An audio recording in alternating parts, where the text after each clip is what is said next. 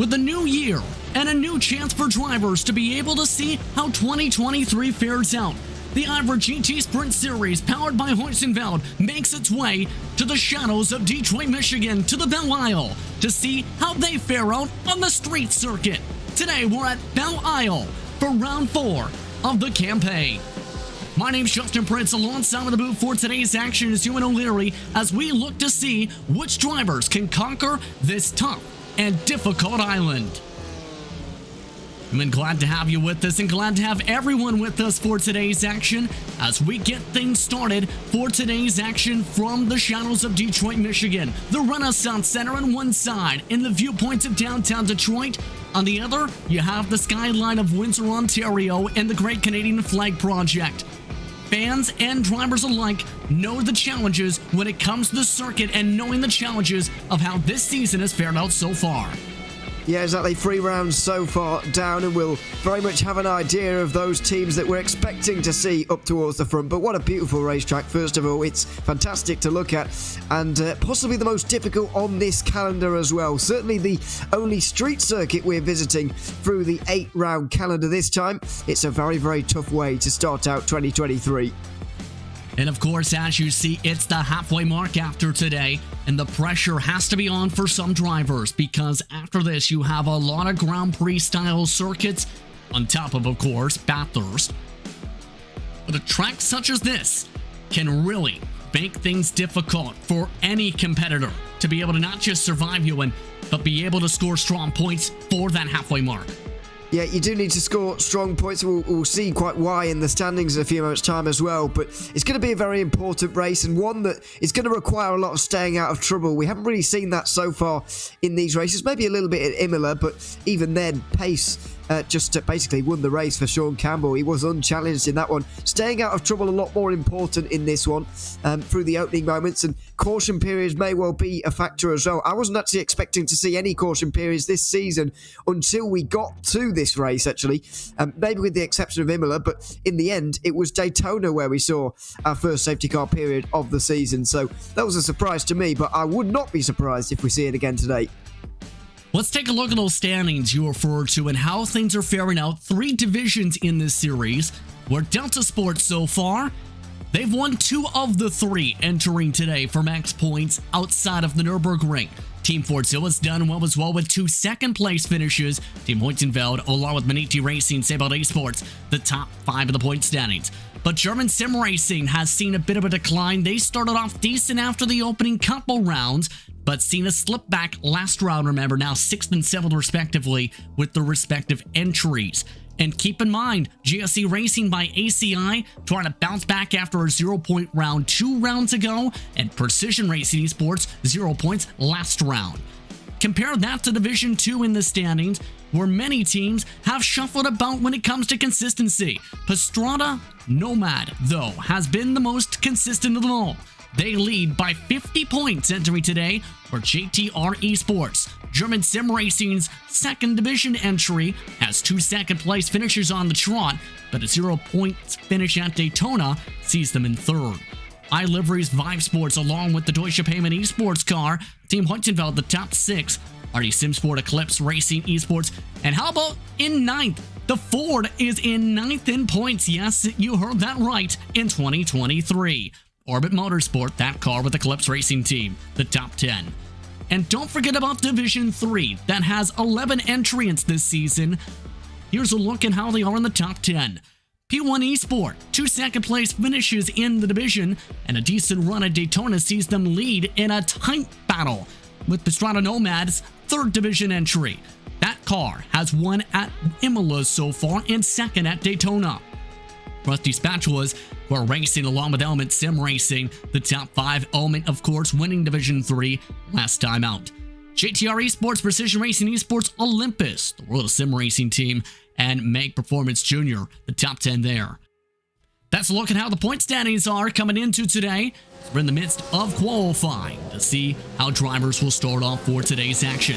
Remember, there are prizes on the line in this respective series depending on how you fare out in the division title runs. Once you have 3 pedal set sim pedals, Ultimate Plus including the base point available for the Division 1 champions this season. Well, in Division 2, the Heusinkveld 3-pedal set sim pedals sprint, including its base plate. Division 3 also will have a chance to win the Heusinkveld 3-pedal set sim pedals sprint, including the base plate, this campaign. So already qualifying coming through to its start of the session. 30 minutes up on the clock, just about 2 minutes in. And yes, you can hear the audio clearly, Ewan. Lots of cars nearly hitting the wall, if not bottoming out hard around this circuit for the start of this session. A session in which, well, it's early April for one, and two, it's pretty hot, 102 degrees Fahrenheit track temp, that's 39 Celsius. Yeah, it is fairly hot in terms of track temperature here at the moment, but you mentioned there about scraping along the walls or about getting as close as you possibly can. It's not one of those traditional street circuits that we always talk about getting close to the wall, but it is important, of course, as it is at any street circuit, really. You do need to try and maximise it in that way, but maybe not scrape it exactly, because you will get even a 0x, and that will not count towards the lap time, so they do need to be careful nevertheless. It's going to be really, really tricky because of that to actually get a lap time on the board, but also because there's over 40 cars out there at the moment.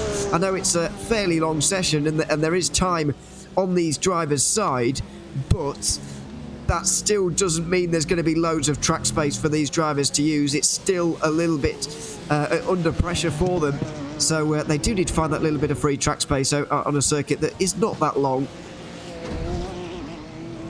Take a look right now at Fordzilla, and of course, this is a home ground for many of these organizations, for those especially affiliated, should say, with those located here in Detroit.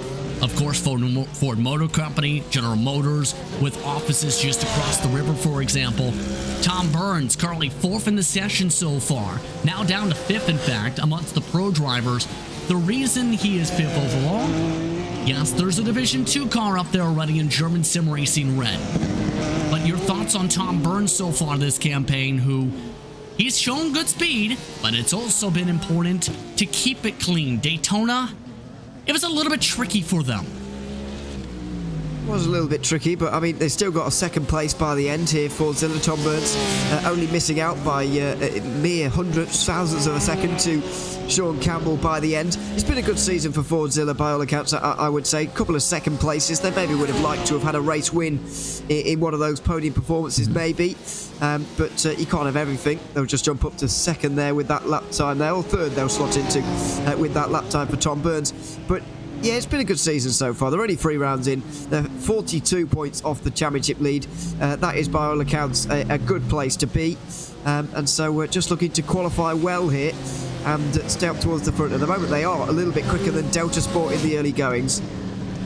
Let's take a look at Sean Campbell, who has been, well, Sean Campbell for one, but two, very dominant for Sean Campbell things. Right now, Sean Campbell specifically, well, it's getting shuffled a bit down the board. He has to about 8th, but Sean Campbell points leader with this car in the 170. We take a look now at Emmanuel Petrie, this time qualifying the car for the 191. Usually we've seen Avisario Santosi start with the car this season, Ewan. Yeah, a little bit of a change up here, but it might just be a kind of personal thing about this circuit, maybe starting to switch things up just because one driver feels a little bit more comfortable than the other, and I think that's going to be very important, especially at the start. You need to be comfortable with this circuit before you barrel down towards turn 1, and particularly down towards turn 3, where a lot of the braking is going to happen, and maybe some of these drivers and cars will reach braking point right away at turn 3. To be honest, it's going to be very, very tight and difficult to get through, so there could be any number of reasons for that switch, really, as they make their way into the pit lane. Top 4 for now, first 2 rows, not a bad place to be, of course, for a team that were racing yesterday in the IVRA Club Sport Series. One of the teams that have been really bounced around this season, some of the rounds, is this car, the 134. The Ingersoll Rand machines have not done well in the points. 15th for the 135 car. Been more consistent there. Just 1 points finish out of the 3, counting the way of Ingersoll Rand. They're below 5-Star Motorsport, and their 2 cars haven't started since the Nürburgring. Yeah, it's not been a good season for Ingersoll Rand, and luck just hasn't been on their side in IVRA competition generally for Ingersoll Rand, to be quite honest. I'm not really sure why. They showed a good improvement, I thought, last season through the 21-22 season. I thought they only got stronger, they only got better as it went on, and I thought they might be able to carry that kind of momentum forward into this season, but it doesn't seem to have really been the case for a number of reasons. They've had some bad luck, of course, but also some driver mistakes maybe that could have been avoided. So disappointing for Ingersoll Rand, but it's a new year, a chance to wipe the slate clean, if you like, and try and bounce back. That's what they'll be looking to do. And you never know with a race like this at this circuit, it could be a bizarre result by the end of today. You never know. Take a look at Emil Winbo. This is the Bowers Motorsports Apollo car. And to put this into perspective, not just the walls on how tight things are, it's a hornet's nest in, around them, and behind and in front of them. In this respective section alone, amongst their car line, just around them, they have at least 10 cars within about 3 seconds of each other, minimum. It's very busy, very, very busy, and there's their teammates as well. And Valorous Motorsport, another one of those teams that had a strong ending to last season. Emil Vingbo was in Division 2 last season as well, although it wasn't called Division 2. He was in the equivalent in the last GT Sprint Series season. And he even... I don't know if he actually got onto the overall podium at one of the races, or whether he just missed out at the end, but he was running in an overall podium position despite being in the Division 2 for a long time in one of the races towards the end of last season, and some very impressive performances in that. So looking up for big things from him today, but unfortunately his car only 9th in class at the moment, with their teammates up inside the top 5 for now. German Sim Racing doing really well once again in qualifying. Right now, 1-2 in fact.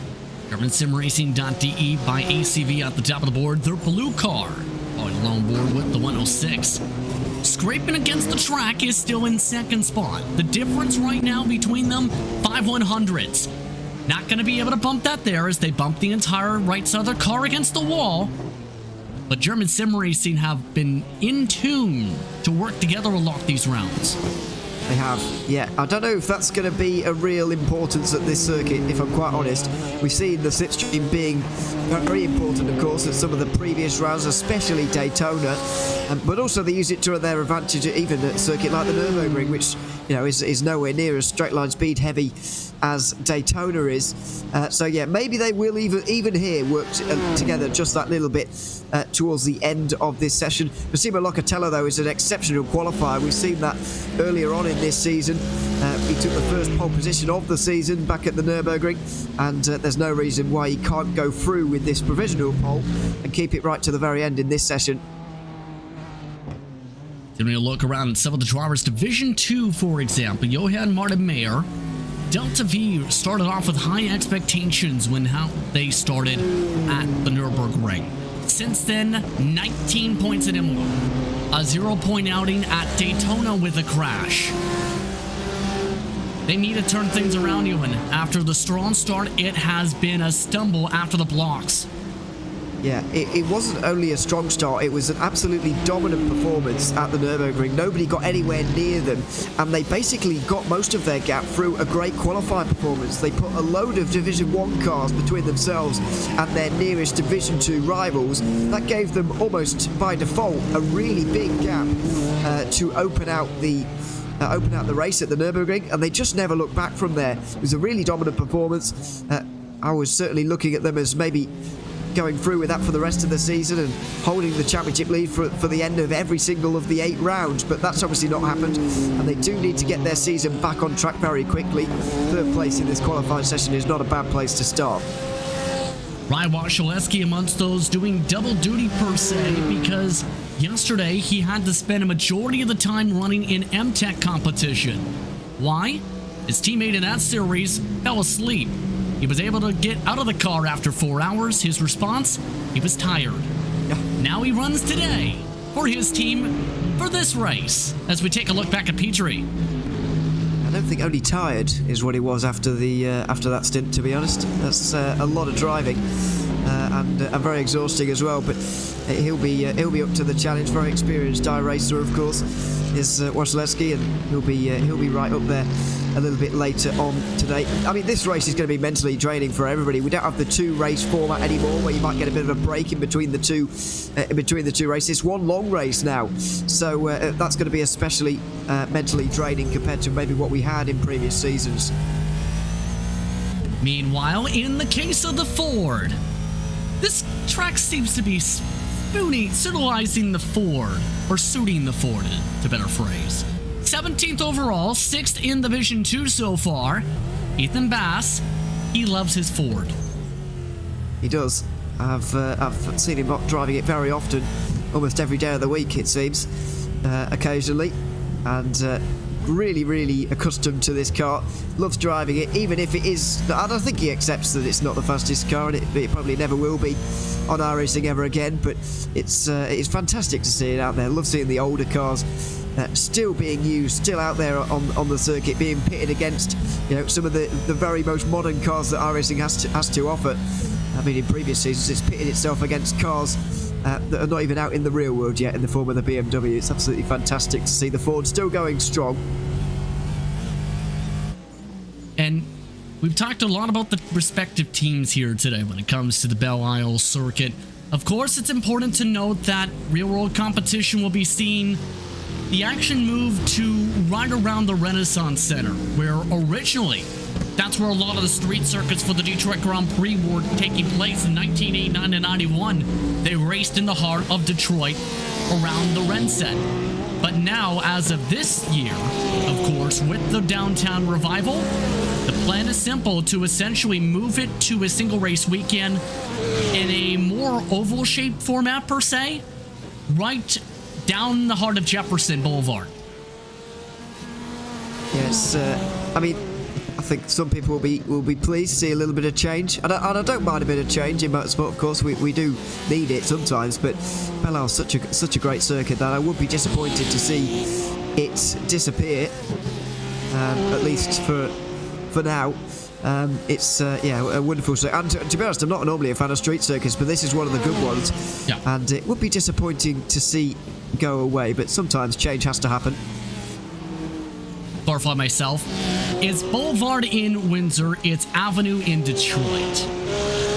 For reference, that's a 63-mile street in the heart of Detroit's metropolitan area. Tom Burns back on board with the Fordzilla machine, 127.808 that time by. The top time is still in the 127.7s. And that's a big thing about this racetrack today. A lot of the racetracks this season so far been the Grand Prix style, the more spacious per se runoff spaces of Nürburgring and Imola, or the drafting track like Daytona. This is not so much either of those, as we talked about. No, it's very different, and it's providing a very different challenge for everybody. I mean, it's not like anything else we have on this calendar. I guess Bathurst is going to be unlike anything else we've got on this calendar, but 6 of the 8 races are at real, high standard Grand Prix circuits that, you could feasibly see F1 races being held there. Not Daytona maybe, but, they're high standard circuits in terms of the runoff and everything that comes with that, the facilities there as well. This is a proper street circuit, properly bumpy as well. Real character to this circuit, and it's as I say, unlike anything that we have elsewhere in the calendar here this season. And a race really, if you're going for a championship that you just have to get through, and if you can pick up a result and gain some points on your rivals while getting through this race all at the same time, then you'll be very pleased with your afternoon's work indeed. Back along with Sean Campbell. Campbell now up to the top 3 overall. And as we talked about when it comes to this racetrack, going to be very different than some of the others. When it comes to that race with Campbell, though, we talked about a bit. It wasn't as simple as how close the margin was, Ewan. It was, they were bouncing off each other's doors. Burns actually bounced off the door of the Delta Sport car at one point into turn 1 in the final minutes. Yeah, it was a great fight towards the end of that race with 4 involved. Delta Sport and Fordzilla were there with Team Heusinkveld as well, the 1, 2, 3 in this championship right now, as well as OTK by Bookkicker as well were there. They're a bit further down, but good performance from them. And here is Oscar Coper making his way back to the pit lane. This is the other car involved. Yeah, it was a fantastic fight and a great run to the line, but Sean Campbell showed himself to not only be one of those drivers that can qualify on pole and run away from the field like he did at Imola, but he can also race through the pack. And, you know, his racecraft is very good as well. 2 wins coming in 2 rounds in a row, but very, very different wins indeed. And that showed a great sort of array of a skill set that Sean Campbell has, and we know he has. But he demonstrated it to us with those couple of wins, and yeah, really showing himself to be up for this title fight. Obviously has this championship lead and would like to take it through the halfway mark of this season. Back with Petrie currently. Important thing to mention, there are 5 pending race control reviews currently. 4 of them involving incidents in this session already, which may or may not be a surprise with how tight this track is. Here's a look at Daniel Haight, for example. You're likely going to bounce off somebody if there's any mistake in front of you. Yeah, certainly. I mean, it's going to be a very busy day for race control. I get the feeling, because there's, first of all, qualifying, where people are going to be disappointed about other cars not getting out of the way and so on, and then in the race there's going to be all sorts of incidents as well, so we'll try and keep on top of all of that. But penalties are going to be coming in, flying in, as Team Heusinkveld hit the wall and make their way back to pit lane after an aborted lap. Still over 10 minutes to go here in qualifying. Looking back once again, this is Patrick Shapeform. 241 machine. Doing pretty well, 6th in the division right now. And that's going to be a critical thing to consider here too, with all these movements and all these respective shufflings. For some of these divisions, remember, especially if you're Division 2, it's better to be up towards the heart of the Division 1, up towards the top 10, because then, if you qualify up front, you may or may not have a large buffer between you and some of the other division cars around you. Yeah. Normally that is the case, but we've got 3 Division 2 cars inside the top 10 right now. Exactly. And they're all in a row. Behind them, there's the buffer. Yeah, exactly, yeah. So it's helpful nevertheless, but I feel like German sim racing will sort of feel like, you know, they've done a very good lap here. They've got 7th place, and they feel like they maybe deserve a few cars between themselves and 2nd place maybe with the lap that they've put in, but obviously that's not how it works. And they're all up there inside the top 10. I think we're in for a good race in Division 2, despite the fact that they're all very close in there. And I mean, there's only 1 car in between the top 3 in Division 3 as well. They're all outside the top 20, but there's not much separating them either, so small margins as you might expect. Crash and qualifying, World of Sim Racing Team, JGR Sports in front of Pablo Lopez. And that may or may not be looked at, as the qualifying session is already being given the checker flag as every car is set a lap time. Yeah, mate. We'll try and get to the bottom of it, but that looked all very bizarre. All the drivers are going to pull their way back into pit lane. I guess everybody just pushing for track space, pushing on their final laps as well. Mistakes bound to happen. And it's a really narrow part of the circuit there, down at turn 12. Sort of undulates in a weird way. The wall is there to collect you on the outside. And there, as we were looking at that shot there for Pablo Lopez, the World of Sim Racing car was at a complete stop on the exit of turn 12. Yeah. And to be expected, there is a number being added for that incident, may or may not. So most drivers are now being, in fact, all being told to end their respective qualifying runs with the checker flag being waved by race administrators. Here's a look at the replay. It was Ritzma leading the pack and then looked okay. Problem is, well, here goes Fordzilla. I mean, it's hard to know just how much to slow down for a yellow flag, I suppose, but Pablo Lopez Only saw that, I mean, it's a blind corner, and didn't see it in time, I'm afraid, so just went straight into the back. Let's hope that Lopez was not on an improvement there that would have seen him right inside the top 10, because let's hope that was inconsequential. But I have a feeling, given how hard Lopez was pushing, he might well have been improving there. I can already tell you, we have got confirmation he would have been 2/10 up, at least at that point. If he was able to carry that 2/10 up, he'd be in 11th at least. He's 19th in qualifying overall instead. Ouch. Yeah. So, the last of the drivers coming into the paddock and into the garage area to complete the qualifying session today. What's expected to be a busy day for everybody and every facet of this track, as the session has now gotten its chance to advance after an eventful qualifying session.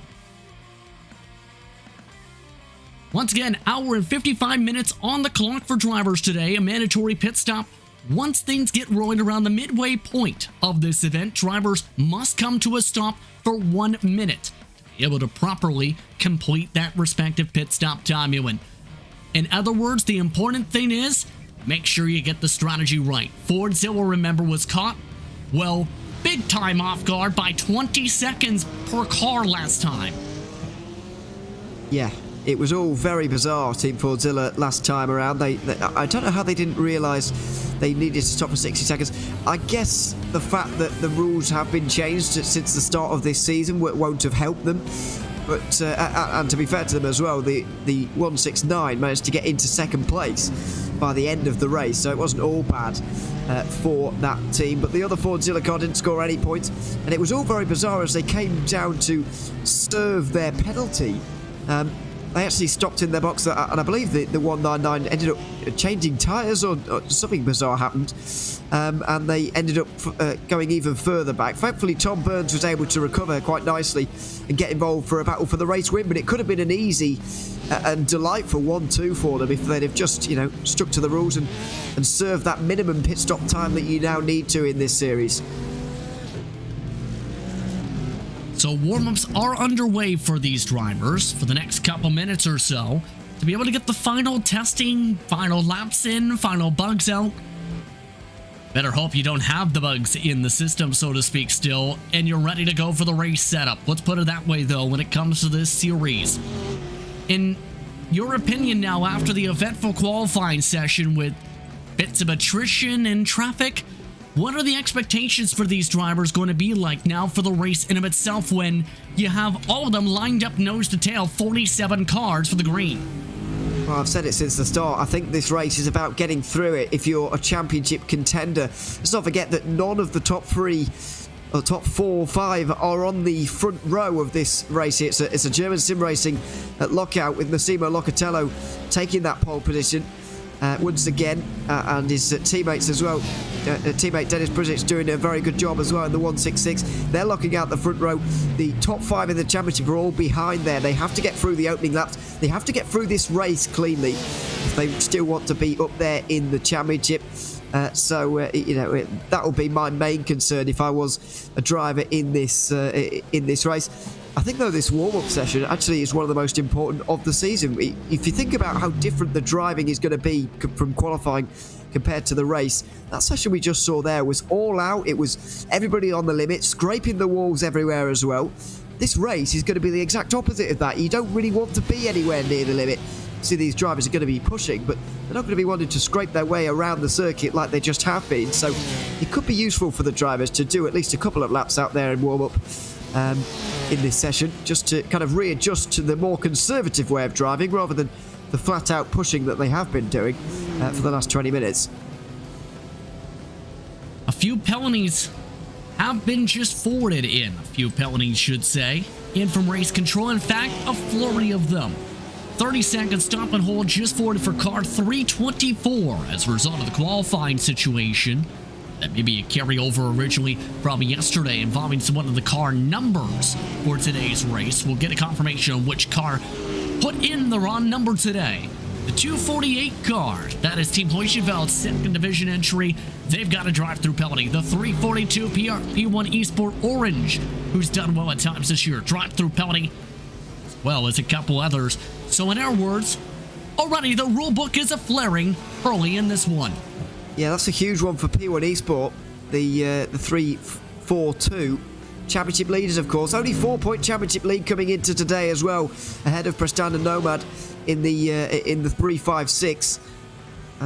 A team with a win, of course, already at Imola.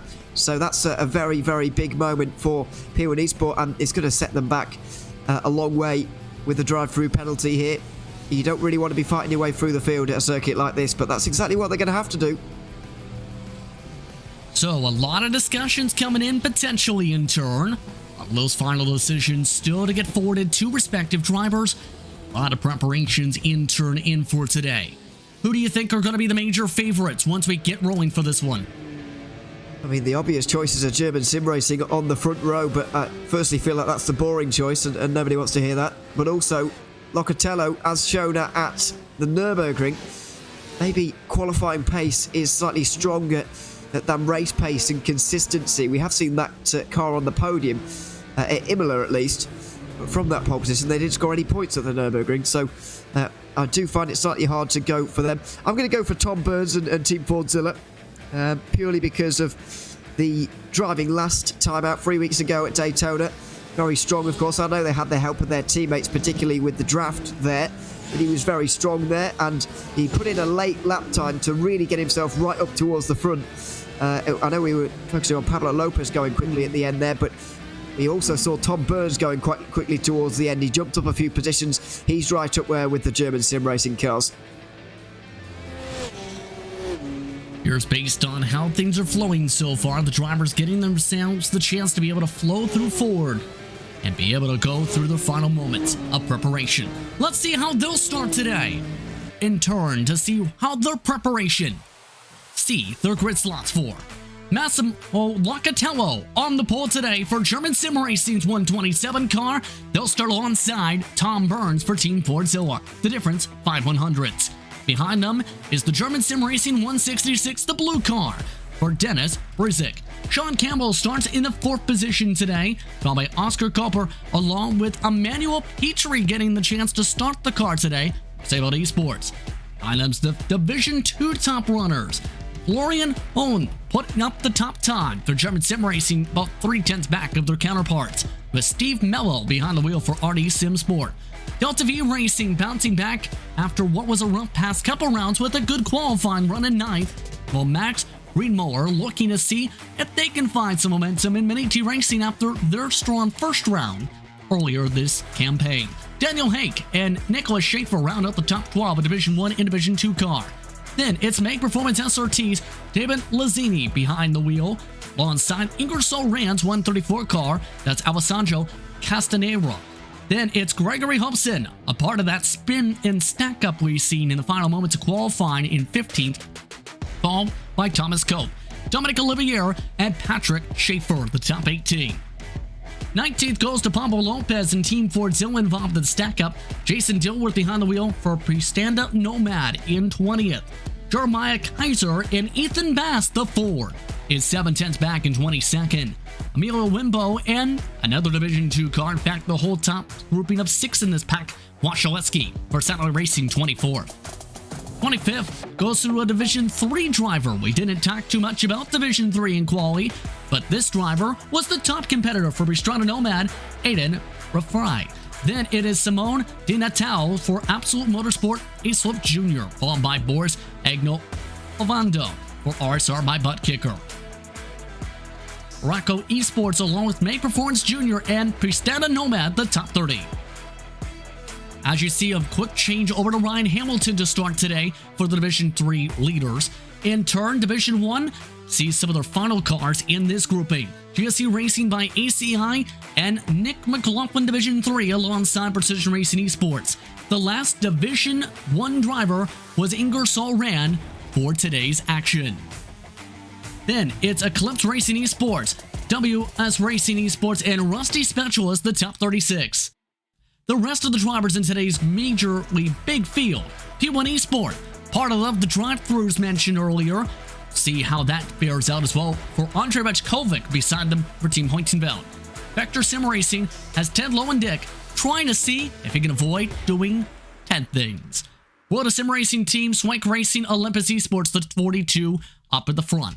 Then the last of the drivers, Marcus Fox for Element Sim Racing, for Racing, Element Sim Racing's 271, Quasar Sim Racing, JTR Esports, Spencer Ritzma, 47. A large field of drivers today already lined up nose to tail, getting themselves set up for today's rolling start procedure. Your final keys to victory, and if you want to be able to celebrate in the fountain here in Detroit. Well, stay out of trouble, first of all, but also track position going to be very, very important. That 20-minute pit stop window between an hour and 5 to go and 45 minutes to go is going to be very, very important indeed. If you can, make sure that you jump your rivals in that particular section of the race rather than on the circuit. I know the track overtakes are what we want to see. That's what we're here for. That's where the excitement is. But you're not looking for excitement when you're trying to win a race. You're looking to try and make up the positions. And in the pit lane, that is where you'd ideally like to do it. It really is up in the air, though. This is one of those races where we could see bizarre things happen. We could see a strange winner. You just never know what's around the corner. Quite literally around here on the streets of Belle. Final confirmations are in for those respective penalties. The drive-through penalties, once again amongst those, happen to be served today. Cars 248, 342, 345. One of those was involved in the spin seen before the end of the session. The driver who ended up having an issue with their number, it appears, is Christoph Reyes, who we've seen amongst those drivers in the starting grid getting ready to start for Barreco Esports, is now 86 car in Sim. On that note, the drivers get all set to go to start things off from Belle Isle. We're glad to have you with us here on RaceSpot for today's action of the IVRA GT Sprint Series powered by Heusinkveld. Drivers waiting for the command from race control for the green as we get ready to go racing. Down Sunset Drive, up underneath the final walk bridge, and up to the flag stand. The drivers wait for the chance to roar as they head off to turn 1 for the first time today.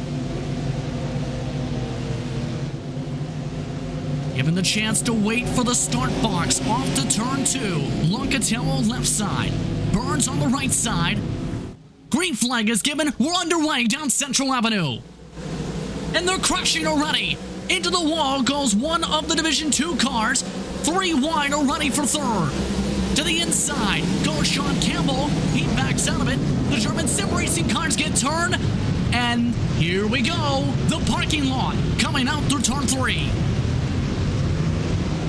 Oh, it is going to be blocked now. The track's certainly going to be blocked on the exit of turn 3. The drivers have to wait outside of turn 1 and 2. The caution unsurprisingly coming out. It's a very messy start. Delta V Racing's bad luck continues. They're down the field involved in an incident. It's still happening. It's still going. They are still driving into it at full speed, some of those. Emil Winbo. There was a turnaround involving Thomas Cope coming out of the final corners there.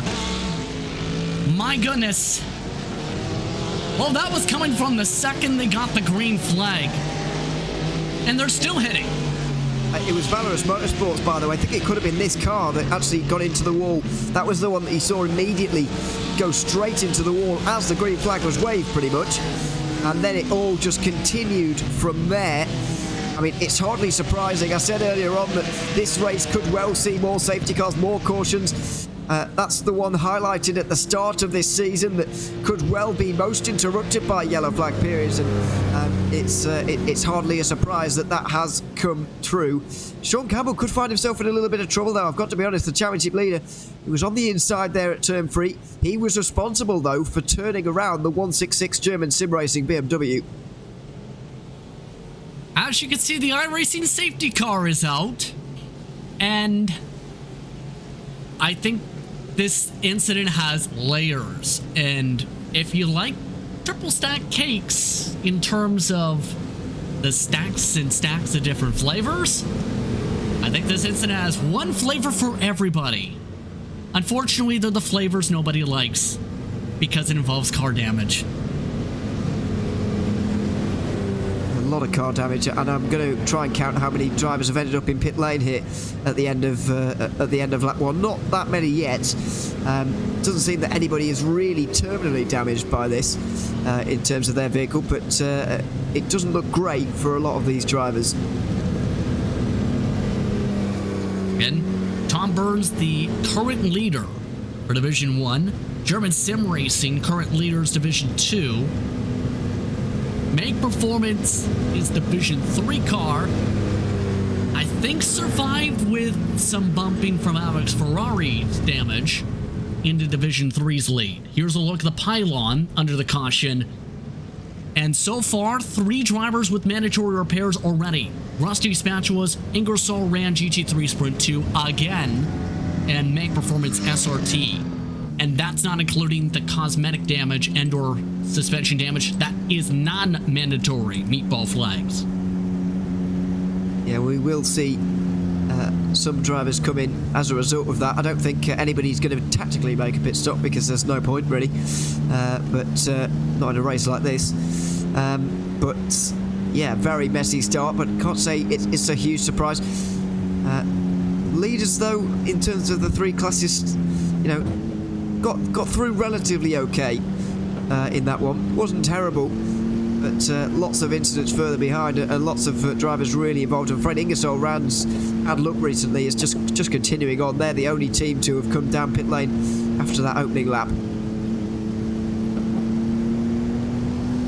As mentioned, they had the meatball flag. Drivers in Sim have 3 laps to be able to come in before they get disqualified by the Sim, keep in mind, in normal conditions when it comes to those mandatory repairs. So they technically stay out for a couple more laps, then have to come in. So now as we continue to follow along with some of the drivers, Make Performance SRT is coming in for their mandatory repairs, still following along with the heart of the pack. Currently, this is among the drivers we're watching with just behind Heusinkveld Esports, this German Sim Racing Red, Division 2 leaders, by the way. And they stay in 7th. Give credit to Mini-2 Racing. Despite the wing damage you see up the road there, they got through somewhat unscathed. Yeah, they did all right. I think they may have hit German Sim Racing on the way past, actually. That's maybe where they got their damage, because they were right on the inside. That Max Riedmuller was the driver right on the inside, it going down towards turn 3. They're right up against the wall, as you can see here, but not a bad start at all for the reigning champions, and not a bad start for the man we're riding on board with either, Adam Vukovic, with that opening lap to get a couple of drivers between himself and his nearest Division 2 rivals. Jason Dilworth is 10th, with Vukovic in the 7th position overall right now. Heusinkveld and Precision Racing Esports in between those two drivers. And Team Forzilla have had a good start as well. Both their drivers inside the top 10 of the Division 1 order now as well. Tom Burns leading. Pablo Lopez has been able to get into 9th in Division 1.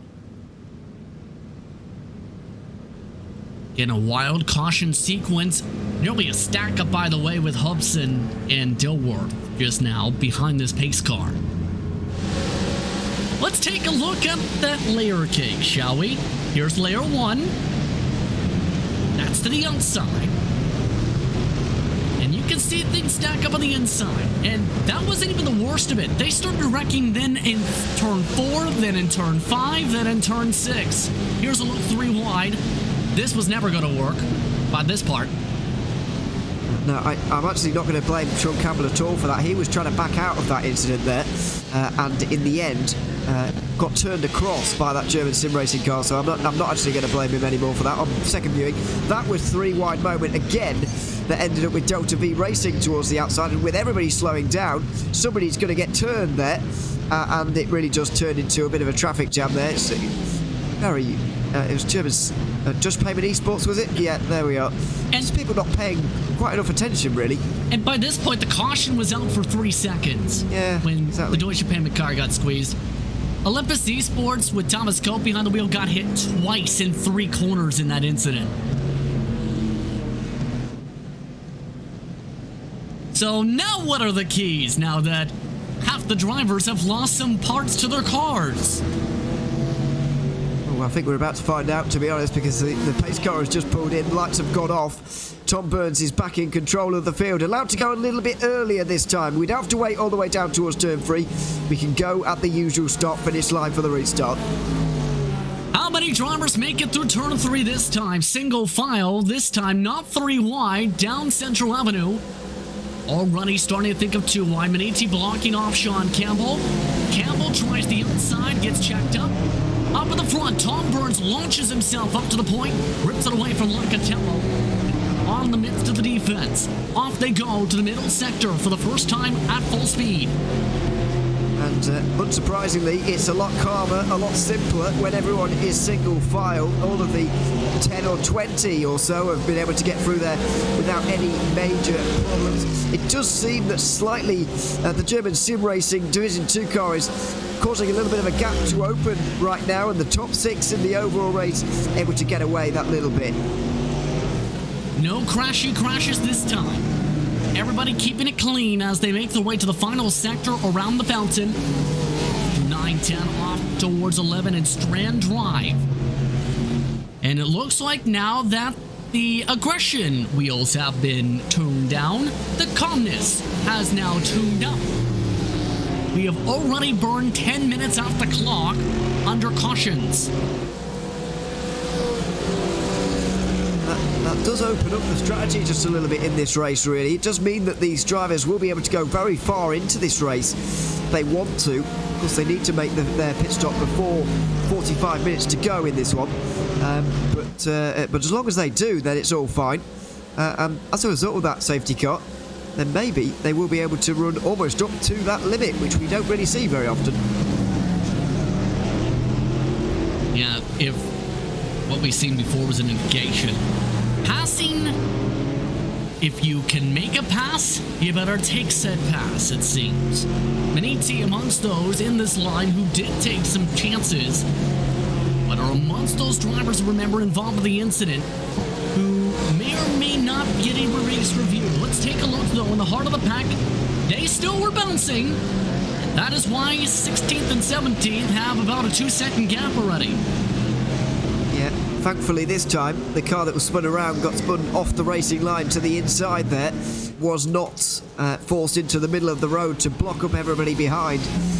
So that's why we're able to agree to stay without a traffic jam on this occasion, otherwise we could have been back behind that pace car very, very quickly.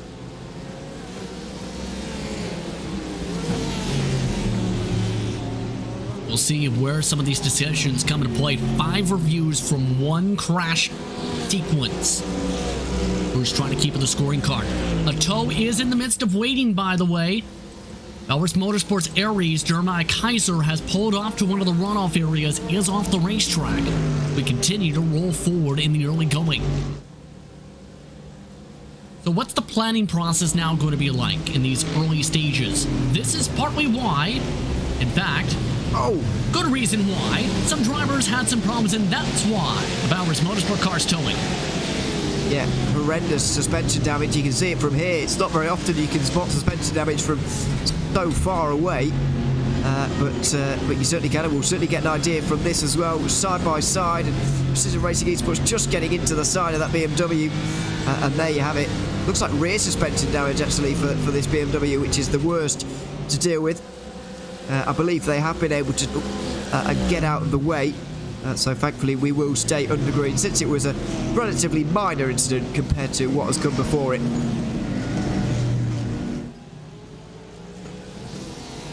Some of the stacking up a little bit here. So now it becomes the tough thing with such a tight racetrack with the short straightaways. How do you make a pass here with these cars?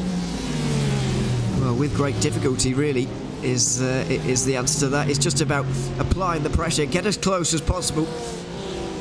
Not in terms of waiting for a mistake, you just need to wait for the opportunity to open up, for the pressure to finally start to apply itself to the driver in front, really, more than you actually actively doing anything. Of course, those things will help, but it's very difficult to do anything. Turn 3 for me is the best opportunity down here at the right-hander. But other than that, it's very, very tricky indeed, as we've got more pit stops here. That is involving the penalties we talked about. Yeah. Yes, indeed. These are the penalties we talked about. This involves cars 342, 345, 248, 324. The bigger thing is when it comes to Christopher Ray, since he had the wrong number, that is a 30-second stop and hold amongst those penalties. Everyone else just gets the pit road delta. Battle for 8th, Division 2. Bumper to bumper to bumper. After sim racing, the heart of this Eclipse up there, WS Racing Esports. And you can see how aggressive some are getting. How about near bumper to bumper contact? I think the desperation is a lot higher back in the pack here, and so aggression may well be turned up as well. WS Racing Esports here on the defensive, Eclipse down the inside, and late on the brakes, but they managed to pull it up in time. That's not a car in their division, by the way, but it's going to split them up, and now WS Racing Esports going to have even more pressure from behind now as a result of that Vector Sim Racing just in behind here. So a big traffic jam as German Sim Racing try and make their way back through the field again after their spin earlier on. See some drivers actually taking a peek out. That was in the background element, trying to work on the outside and getting zipped by IVRA. So as they make their way down to the final sector again, down that front straightaway. Seems like I would usually ask where the main passing zones are, but it again is more so today, it seems, where you can actually get a car alongside. Like right here. Turn 3 is the one, really, in my opinion. I know there's that long straight, of course, towards turn 7 and the sort of intricate chicanes and all of that around there. But turn 3 is by far the easier one for me, but by no means is there any easy overtaking opportunity at this circuit. And you're seeing why, really. It's very difficult. Normally when you're making moves, you need to sort of go offline, search for those zones, get in the mirrors a little bit. But it's really hard to do that when the racing line is so narrow, and when this track overall is so narrow. That's quite rude, and that's a big incident for the Mercedes and BMW out of turn 3. It's a good overtaking opportunity, the best on the circuit indeed, but it doesn't mean it's a slam dunk overtake, and this is exactly why forcing another driver off the road at other circuits is a really dangerous precedent to set, because when you force drivers off the road at this kind of circuit, that kind of thing happens. 99% sure that was also one of the cars who were turned around in the previous replay as well. And in the first lap incidents, by the way, the one to the outside. Penalties are starting to float in from the incidents. Jake Shirley got a 20-second stop and hold just now because he hit someone's rear bumper before the race even started. A safety car incident sees Eclipse having to come down right now. That is especially avoidable. They'll be very frustrated about that, as we've got to dive down the inside here. Maybe almost 2 for 1 there from German Sim Racing. Not quite able to do that, but does get at least 1 position here. Dennis Bridges there after qualifying in 3rd place. He's 15th in Division 1, up to 26th now overall. Having a lot of overtaking to do here before he's even gaining any points in this race. I mean, this is the man who basically has named a team after himself, Tedline, working with his outside of Tedline team, Vector. It shouldn't be surprised to see Ted doing Ted things, which is making passes and then hoping to be involved in the incidents. He's up 14. There'll be plenty of stories like that up and down today of those who have gained positions, and one of those that has lost positions is right behind him right now. Dennis Bridges really looking to make his way through, almost too impatient around the chicane section there. And now he'll be looking up the inside in towards turn 3. I'd imagine that the BMW will get at least one of these Porsches on this lap into that 3rd corner, but it's never a given at this circuit, especially when WS Racing Esports are struggling so much here, really starting to back up this group into one another. Indeed, here comes German Sim Racing Blue. Already Ted Lowendick giving them space to the inside, letting off midway down the straightaway. It would allow them to make the pass, and someone says thank you very much as well. Jan Volmers tries to make a send. That is for division position. Ted Lowendick has to give it up. That forces IVRA Racing's Division 3 car to check up. Dong and art driving from Element Sim Racing to get down the inside and follow the German Sim Racing BMW through, and that's possibly a tactic to remember for later on in the race. I feel like that might be a reoccurring theme of the race today. Gonna say, that's the difficult thing of letting one car go, right? When you let one by, everybody wants to go with you. Those, or rather the one passing you. We look back at the leaders. I have a feeling this situation may remain the same for quite some time. Tom Burns leading Massimo and Locatello. Pace is high in this group. You can see that because it's getting stretched out behind. Oscar Coper can barely keep up here. Same for Max Riedmuller. And then we've got Sean Campbell, the Belle Esports as well in there. But Tom Burns is not holding back here. You can see that because it's not really grouped up behind him. We can see some car length gaps in there. So Burns is not holding back, but look at how close Locatello is. I do feel like that BMW has a little bit more to give than the Porsche in front. Right now, just about dead even. Anything in terms of some of the momentum in regards to things here. Cooper doing really well, give him credit as well. Part of this train, just a few car lengths back of that even. More carring taken here. But at this mark, with how difficult this track is, what are the opportunities like to say, save fuel, try and make it a lighter car? Yes, you have to stop for a 1 minute stop, but there are the potentials of big strategy gains here, right? Yeah, the strategy gains aren't going to come in terms of the pit stop times. As you mentioned, you have to make a 1 minute stop, so fuel saving, not a factor, but in terms of when you make your stop and track position, that's really important at this circuit. I mentioned it just as we were on the formation lap. Track position is going to be really important. If you're stuck behind someone and you know that you can make your 1 minute stop and come out in a little bit of clean air and gain a position that way, that is far preferable to making an on-tracks overtake. But I just think it's going to be really difficult for anybody to pit and actually come out in clean air. You look at how much the field is getting strung out here. It's basically one big line that goes on for 53 seconds down to JTR Esports. I mean, this lap is barely 90 seconds. You know, we're covering more than half of this racetrack with cars one after the other. There's no free track space for almost anybody here. You'd need a huge stroke of luck, really, to come out in clean air for one of those leaders. So it's going to be a really difficult race, and stunt drivers may elect to come down altogether because it's safer in terms of, at least if you do the same thing as your rival, you know you're not going to at least lose time. You're not going to gain any, probably, but you know at least you're not going to lose any time. Element Sim Racing fire, by the way, making the pass once again, picking off one by one. But keep in mind, with this track map, you now see the right corner of your screen. Yes, there are so many cars that they are trying to overlap each other with another bubble on top of another bubble, on top of another bubble, on top of another bubble, on top of the racetrack. And remember, this is a 2.35 mile facility. Basically, those are all cars on top of each other in the course of a mile. That is why it's going to be really difficult for anybody in 25 minutes time to make an early pit stop or justify making an early pit stop, because I just can't see it working at all. But you never know, I suppose. Somebody might try it. So we're looking at this battle, by the way, for second place in Division 3. It's absolutely mental. Alec Ferrari is at the front of it. Just behind him is WS Racing Esports, Benjamin Rotankowski, who is there. He wasn't driving for them last season, but he did put in some good performances. And Vector Sim Racing, Ted Lowendick, as we've already talked about, is there as well. But this is all allowing Prestana Nomad to run away with a big lead right now. And there's a similar story happening in Division 2 as well. Now, Prestana Nomad, for reference, 10 seconds up right now over Alex Ferrari, as well as Guerra Racing, 11 seconds up.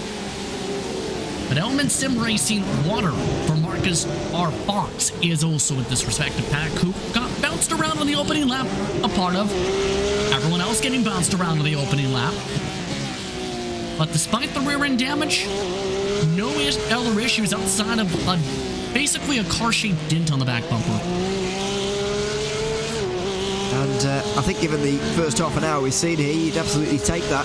You'd get to this point with very minimal damage. I think you'd be very, very pleased indeed with the job done. But this is the kind of train that we're going to see happen time and again, even as long as this race goes on, because it is so difficult to overtake here. I mean, we're all Porsches here at the front of the field as well, and then at the back of this train, it's all BMWs. It's especially difficult when you're in the same car as the driver in front, because there just is nowhere to really make a difference. And you're seeing that with, despite the fact 10 cars in a line here, there's just barely anybody even ducking out to try and make a move here. It really is difficult. Taking a look at Bastana Nomad. They've now chosen along BMW, remember, in Division 2 this run of the round. 131 last time by, making a 130.7 this time by. And that's something to consider a bit too. The car differentials are the strengths of each of the cars. We've talked about it in fair length in a variety of different series this season. The trend so far, Porsche in the lead, BMWs as well, majority of your front runners. Just the Merc or Mercedes AMG of Maniti Racing essentially breaking up that Porsche and BMW range. There goes one car, around they go. And is that who I think it is? Reversing. Yes, it is. It's a Winbo. Yeah. And they're going backwards down the straightaway. That is going to be not viewed nicely by race control, and I wouldn't imagine. I know he is going the right way at least, and he's now turned around in a safe place, and maybe that is the safest thing he could have done, but that looks bizarre. And I don't know if race control will view that ever so kindly. I think this was a mistake on his own, though. He's just got caught out by the Porsche in front of him, slowing down. He's got up on the curb there and decided that instead of turning around at a blind corner, that it's probably better to just reverse there. But you don't go backwards on the... As... By the way, they just hit the wall again. That's why I just paused. As we look at the leaders, you don't go backwards on the racetrack there. As I said, I don't think race control are going to view that too kindly. He may well get, at the very least, a slap on the wrist for that. They've got a fair amount of other things to worry about right now. They've got about 10 incidents to look at that we're awaiting a verdict on. And that's just because of the chaos of these opening moments. Confirmation coming in. Yes, they did touch the Porsche. They still went backwards down the straightaway. But Tom Burns, he's feeling pressure from a BMW. Speaking of Porsches and BMWs. Locatello still locking in on Tom Burns. Couple times has been very close to maybe getting a low inside, but not quite yet. Couple times down Strand Drive the past few laps has been near to the bumper down Central Avenue in the braking zone through 3. They look like they want to go. It's just, how do they do it? Yeah, that's the real key. I mean, they might want to take some tips from Belle Esports, to be honest, because on the restart they were 6th, of course, and over the course of the last 15 minutes or so, they've been able to gain 2 places on both Sean Campbell and Rax Riedmuller. They're now up to 4th and bearing down on this top 3 that's now starting to form, although Emanuele Pittri just finding himself in the wall on the exit of turn 2. You can't doubt that he is pushing that BMW, maybe just over the limit on that particular occasion. The first of the penalties are in.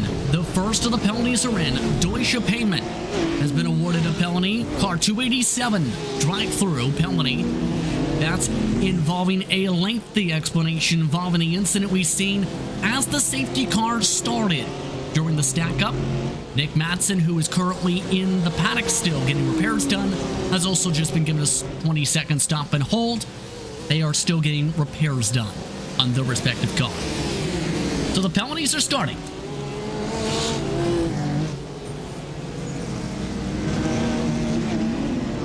Still bunched up. The top 4 broken away by a second, though, in regards to their pace. They are starting to break away away from Max Riedmuller. Yeah, and it's Riedmuller who really is the cork in the bottle there. Sean Campbell, I think, is capable of going quicker. And the German Sim Racing leading Division 2 BMW is also catching there now as well. As Precision Racing Esports, I think that is just behind. So Riedmuller, bit of a cork in the bottle, and Campbell does need to find his way through if he can. So he is losing touch to this top 4 now. That's getting closer as this race progresses.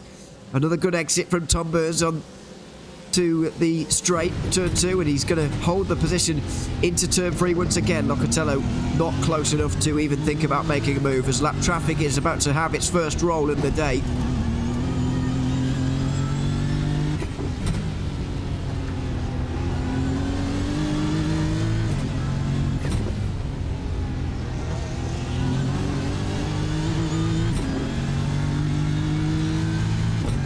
just see how difficult it is. Following another car, trying to find space, trying to find a way through. Pretty much impossible. Catalan's certainly not going to be making a move into turn 7, although there is a move back here.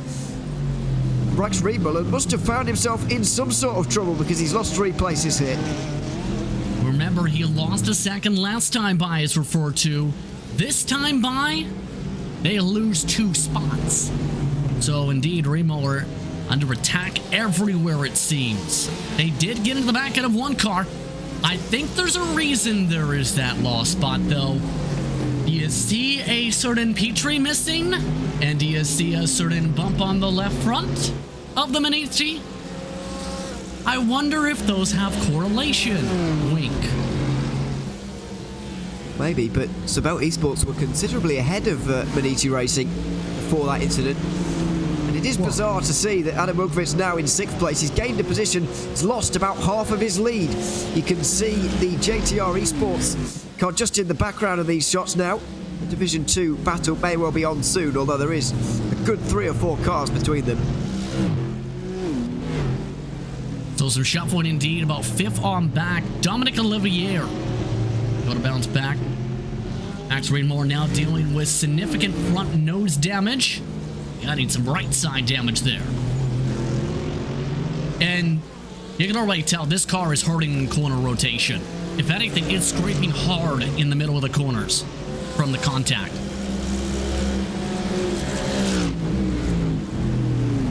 Right there, you can hear it. Sorry, quite bizarre race. I've got to be honest. It's Max Riedmuller, yeah, just for whatever reason losing the time, and to be honest, I'd expect Belle Esports to be able to find their way back through again very soon. I mean, they nearly did there, at least looking. Petrie looked very quick before all of that incident happened, and I expect him to find his way back through again soon.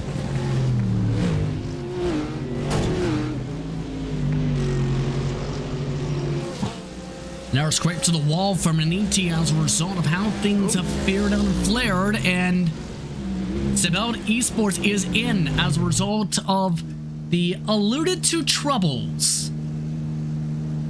That is a surprise, because they didn't look that damaged. I mean, it must be. It's a meatball. Damage. It's a meatball. It must be because they were coping well with the damage that they clearly have. Their pace was not bad. So obviously there's nothing you can do about a meatball flag. That's really going to set them back now because they do still have to make their mandatory stop today. Top 2 trying to make a break for it. In fact, the top 3, they have ditched Sean Campbell now. Although their pace has dropped off to the 129s. Interestingly enough, in some of these cases, there is a bit of a fall-off buffer. In some. In others, not so much. Trouble Sean Campbell just now in the backdrop. Campbell had a tech problem and nearly got into the back end of traffic. The rusty spatula's car is the reason for the delta to these 3 gone. That is some of the reason, I guess. But Sean Campbell did have a bit of a gap anyway. So that portion wouldn't have helped there. But Campbell is now going to be free air. Maybe try and catch this top 3 right now. And by the way, speaking of the problems for Max Riedmuller, he's now down to 7th overall, of course, but he is under investigation. Oh, black and he's flag. just got a penalty as well for his involvement in the opening moments of this race. I was about to say, you just spoke it into existence. Black flag, Manitti Racing. Take a guess. This is why Manitti had some positions lost. As mentioned, that is why Belle Esports is no longer on the racetrack, as they spun in the middle of the corner exit. Well, that has big implications for the reigning champions. Over 100 points down on Delta Sport and Sean Campbell here coming into today's race. And now they're going to be even further back by the end of this. Running all right at the moment for Max Riedmuller, but that drive-through penalty is going to set them back a very long way. I would imagine possibly outside the top 15 in Division 1. The Heusinkveld cars in the line. We mentioned Pablo Lopez starting 19th. He's up to 9th, has passed Daniel Haig. You have Gregory Hobson, the second best car in the Division 2 class, also trying to make some charges ahead. Good recovery from Pablo Lopez from the qualifying troubles. Good run so far for car 148 for Team Heusinkveld. Third in the standings. Started off with bad track position, getting some decent track position here, or rather, looking to hold on to the top 8. And 9. I don't think Pablo Lopez's position is a particular surprise, because if you remember back to qualifying, you referenced that incident right at the end. He was a couple of attempts up, and we worked out that he would have been about 10th or 11th or so with that time. So he's basically recovered those couple of positions that he missed out on because of the end of that session. So not a huge surprise to see Pablo Lopez up there in 8th place right now, and it will become 7th when Max Riedruller takes his penalty. But this is the forward to the car, of course, that has had much worse luck than the one that's currently leading this race.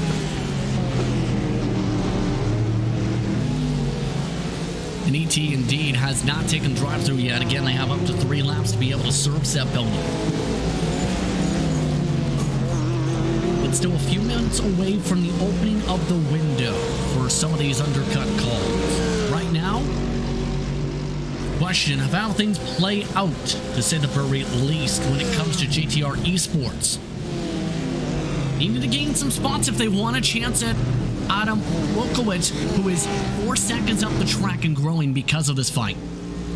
Yeah, and it's a really awkward moment as well, because you're just going to struggle to find a way through on these drivers that are in Division 1, first of all, but it's also an awkward moment because you're in different categories, of course. You're not getting points from in the same way. It's not a point scoring situation where you're scoring points based on your overall position. It's based on your class position. So these overtakes are actually worth 0 points for GTR Esports, but they are important for the races you just mentioned.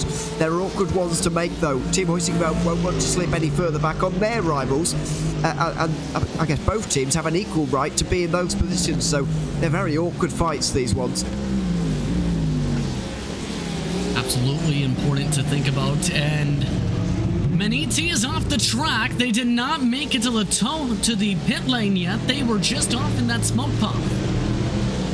And they still have to serve the drive-through. They nearly had to serve a lot more than that. Max Riedruller is having a disaster today. He's fairly new to the Maniti racing team after driving for 5-Star Motorsport in the GT Sprint Series powered by Heusinkveld last season.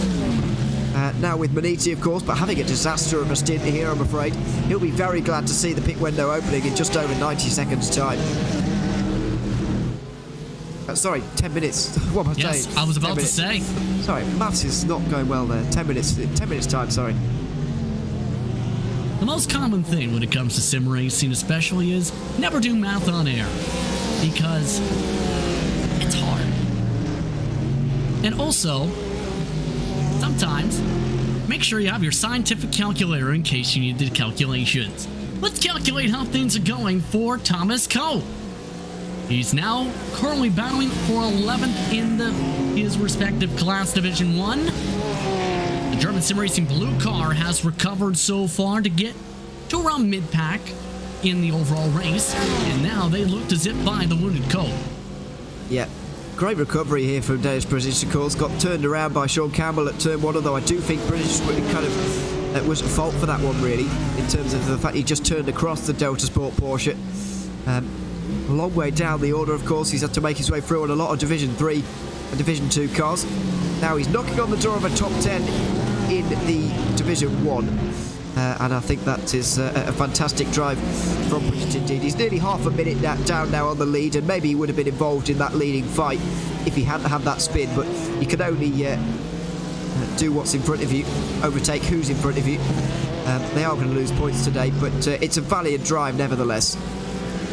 No surprise who's the leader in Division 3, though, right behind them. You see that teal machine? The teal on teal car? Ryan Scott Hamilton, team's designated first-in driver for Standard Nomad Division 3 leaders. Up by 18 seconds, does that say? 16 or 18, it's big regardless. Yes. Very big lead. And what's that? 6 cars between them as well in the overall order. couple of them being Maniti Racing, who have just taken their drive-through, by the way, from Division 1, and Just Payment as well, who have also taken a drive-through penalty today. So that's helping their 16-second gap. And surely, if this continues, Prestana Nomad are going to take their third podium of the season, second win, but far more importantly than any of that, the championship lead as well. And Prestana Nomad, a team that started up in 2017 with the focus in part on, well, this, endurance racing.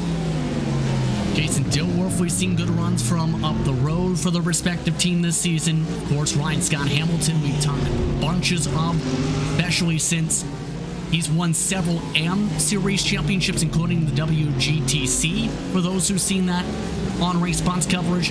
All while making the jump from console gaming to sim racing just a few years ago. Not easy to do either. It's a very different atmosphere and a very different way of driving. Very different races that you partake in as well.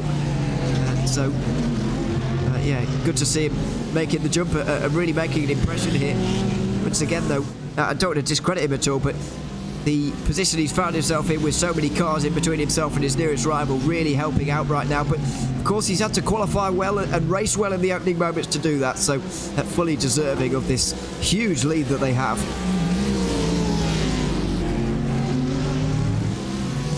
Very important for them the rest of the way. Stay out of trouble, especially once that window opens up for the stops around them.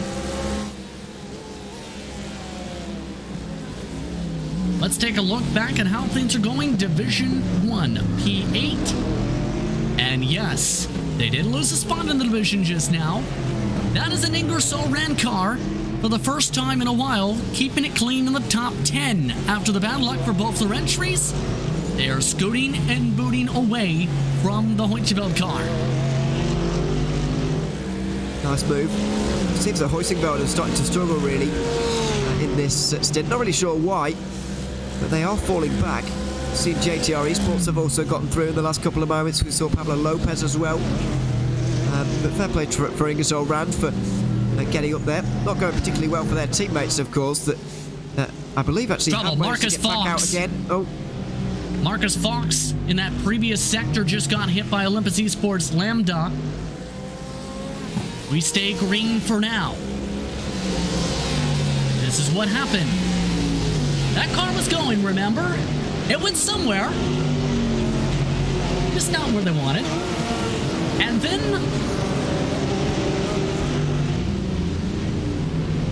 oh. Nothing like adding insult to injury. Yeah. When it rains, it pours. All of those phrases. Yeah, it's not ideal. It's a very ominous tyre wall on the outside there. If you brake ever so slightly too late, then you can find yourself there very quickly. Max Riedmuller found himself there as well not so long ago. It's a very difficult corner to get right. His circuit's so bumpy as well. Big braking zone for turn 3. Very easy to outbrake yourself and get things wrong. So I think go bad to worse there, I'm afraid. Yeah, able to continue at the very least. Drive-through to be served soon by John Williams. Prestana Nomad, 208 car, 27th overall. Outside of that, things have settled in. But the big question is going to be with the undercut call you referred to a lot. That's going to be the potential big swing here, right? That's going to be the toughest thing to time out, and will be every strategist's worst nightmare because of how spread apart some of the cars are starting to get. Yeah, we're starting to lap cars now. Oh, trouble. Prestana Nomad, 256, just got spun around in Sector 2. Here's a look. Yeah, and that's pretty silly, really, for the BMW behind. I think it's Ingersoll Rand, maybe.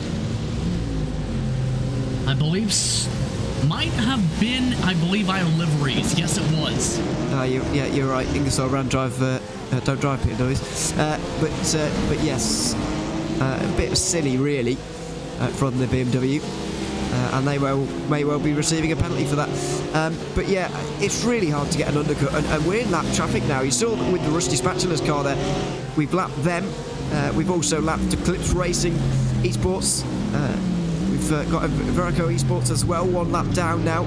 Not far away from being lapped down as Quasar Sim Racing in the 225. Though there's no real free track space anywhere out there on the circuit right now.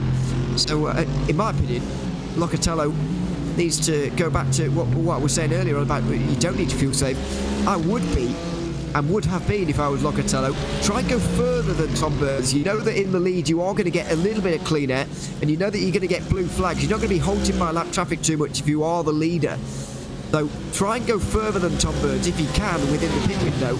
And try and do an overcut on him, because an overcut and an undercut has an equal chance of working really in this format, since the pit stop time is basically decided. Behind the Division 3 leading Pistana Nomad car is the Hornet's Nest now. And AT Racing trying to recover. Thomas Cope is now leading the Division 1 cars in the group. GSE Racing by ACI. They've been here. Waiting in this group. Deutsche Payment is also in this group. Element Sim Racing Fire is in this line. Just about all these cars have either been charging through the field or have had to serve penalties and or get damage repair done. Except for GSE. Yeah, all sorts of different reasons as to how these drivers have found themselves in these positions. Max Riedmuller fighting his way back through, and maybe in this position he will be able to look a little bit stronger and maybe do a little bit better. Down the inside he's going to go up into 11th position. It's a nice move, and he will try and continue to do that really. Obviously would have rather not have the drive through, but he's taken his medicine now and he's making use of the position he's found himself in. It's a nice move, simple move, picking them off one by one now.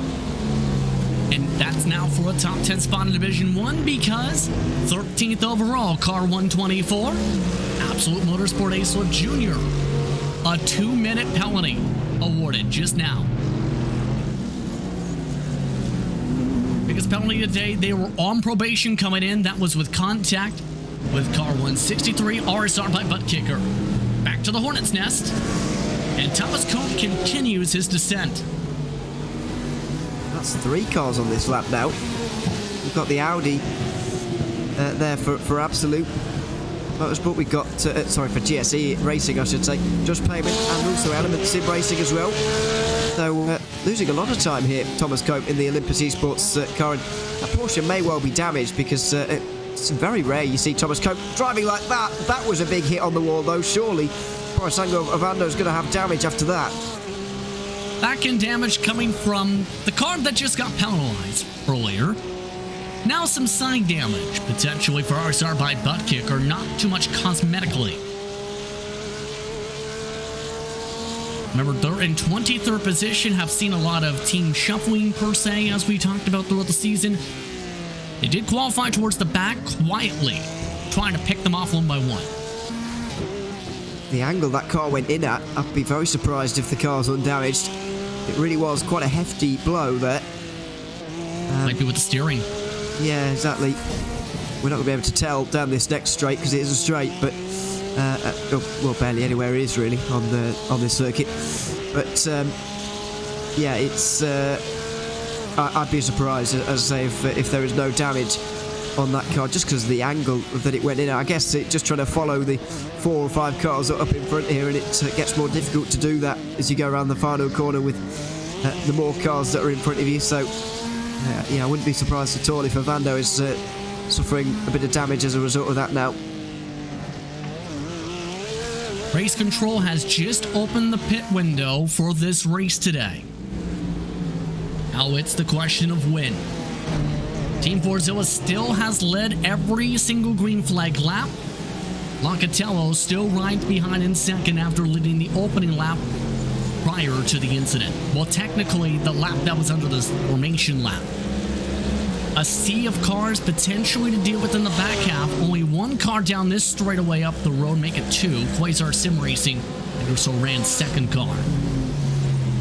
You see just how they've gone nose to tail every time there's been a breakaway. Traffic has pulled them back together, all like best buddies. That are not your best buddies in some cases, but best buddies regardless for the race. Yeah, I don't know if Locatello's still struggling to get through or just unwilling to go through right now, but Tom Burns certainly doesn't seem to be as quick as he was earlier on. I mentioned the pace of the group earlier on and how it was getting so strung out, but that's no longer the case. We've got 6 drivers now right packed up with each other, and Massimo Locatello, for my money, takes a big risk here. He wants this lead. He sees the traffic in front.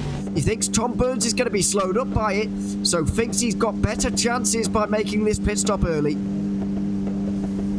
So Locatello indeed is going for the undercut call. One car has also just blown their motor in the pit lane.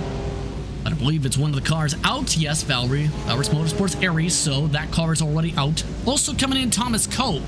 See in the backdrop already completing the 1-minute service time.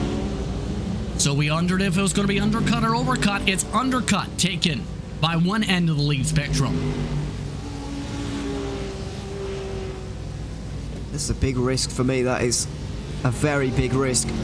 It could even result in, you know, almost a guaranteed race win for them. Or, you know, there'll be nowhere. No rear wing for Oscar Copa, though, at the moment. I'm sure of it. Yeah, you're right. Where did his wing go? And how is he still driving like that? It was, I think, as they were pitting. How is he still not losing the rear here? This is unbelievable. Better question is, if it wasn't from that lap, has he been quietly driving without a wing this whole time after the stack up? Better question, why is he, how is he indeed with the downforce here? Now he's losing it. He's carrying on. I mean, I know there's not very many high-speed corners around here, but I mean, he's driving basically as if that rear wing is there. I wonder if that is cosmetic, to be honest. I know it looks weird, but I wonder if it is cosmetic because he's driving almost cosmetic. That is cosmetic? Well, look at the way he's driving. There's no way that that's affecting him. For those wondering, his wing fell off lap 26. It just decided to leave after he bounced off a wall.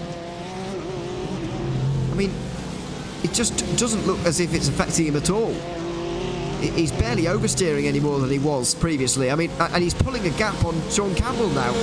So it's got to be just on our end or something, or well, I don't know. I don't really quite have the answers, but here it is. This is how he lost the wing. And as you can see, his wing says, I'd like to go here now. Although the car in of itself has decided to drive like it's still there. Yeah, I feel like it is still there in terms of the physics for Oscar Copa, and he's not just coping with it, because that car's behaving very normally. It's not even oversteering any more than it would normally. All things are normal as Tom Burns now comes in, reacting to Locatello. We talked about the pit stop for this car. Olympus Esports, this involved your Division 3 leader.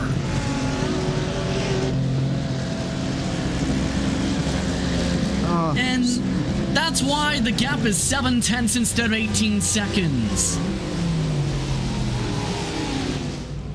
That is a big shame. By the way, Massimo Locatello's pit stop was 1:11, so he's had a slightly longer stop. Tom Burns might be fine here nevertheless. I think, though, he might be reacting to that incident maybe, and possibly just covering himself. If there's a caution here and he gets caught out there, he's going to be hung out to dry by the likes of Locatello, so he does need to make that pit stop, although Locatello is a lap down, so it wouldn't actually matter. But I think Tom Burns is going to have more than enough to come out ahead of German sim racing.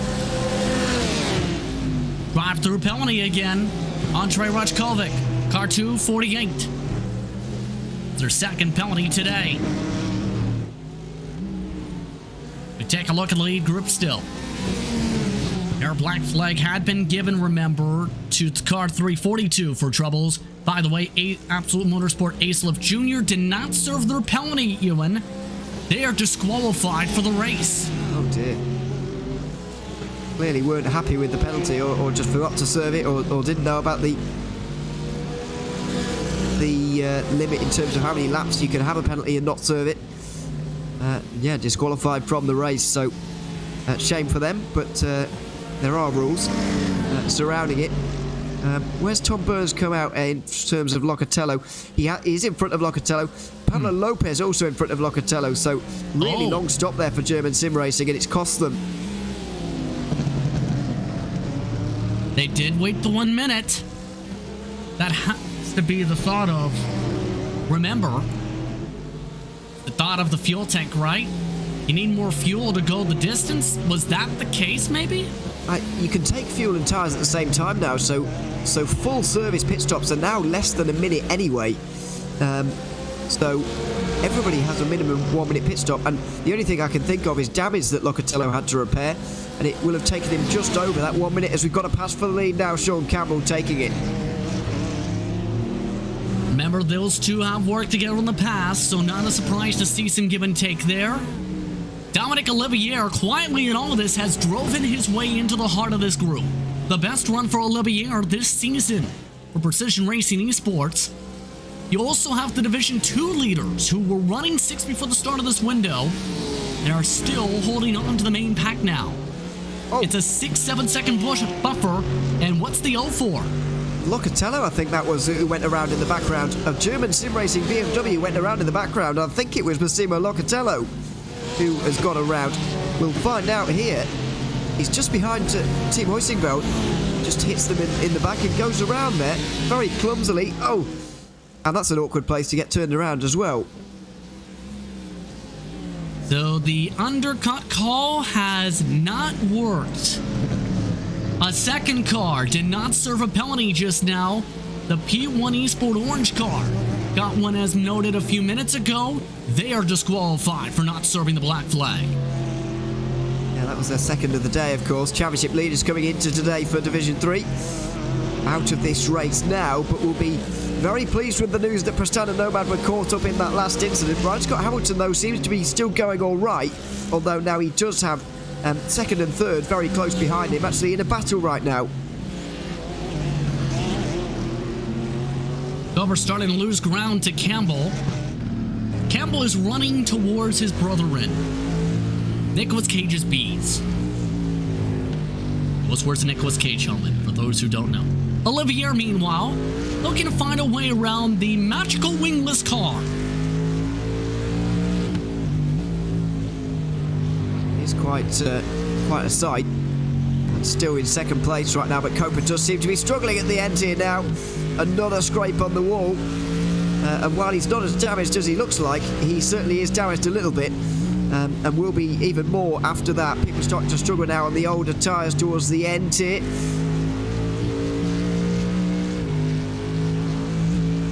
Not close enough to be able to make a lunge yet. Ingersoll Rand's 134 came in this time by in the backdrop. And here comes the traffic. Christian Smith's now coming in behind the wheel for Rajkovic, sliding them around.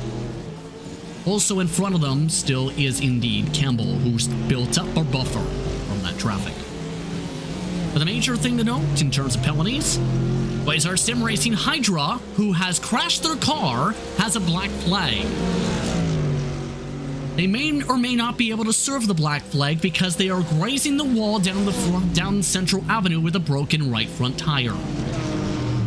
That might be another request to tow as well, and all the problems that comes with that down in the turn 3 area. So we'll see if they are able to get out of the way without causing a caution here, but Oscar Copa still under severe amounts of pressure. Dominic Olivier only getting stronger as this stint is going on by the looks of things. Remember, he had some bad luck for a week straight in the first round of the season. That carried over in the PRL action, his league as well, that he competes in. Oh! Quasar already with black flag at this point. They smack the wall, and the request to tow is over the radio, and they've gotten it. Yeah, they just got themselves down one of those marshals posts you can see on the left-hand side, and able to be recovered without going into another safety car period, thankfully. But just clipping the inside of the curb there at turn 2, spat them out to the outside, straight into the wall, hefty angle and big damage.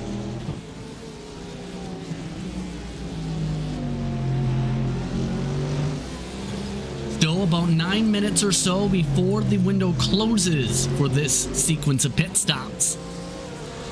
Appearance of things, the stretching forward continues for this window. And for reference, how quick these three are right now in this grouping, that is really helping the German Sim Racing car in this. They've gained, German Sim Racing has 2 seconds in the past 5 laps.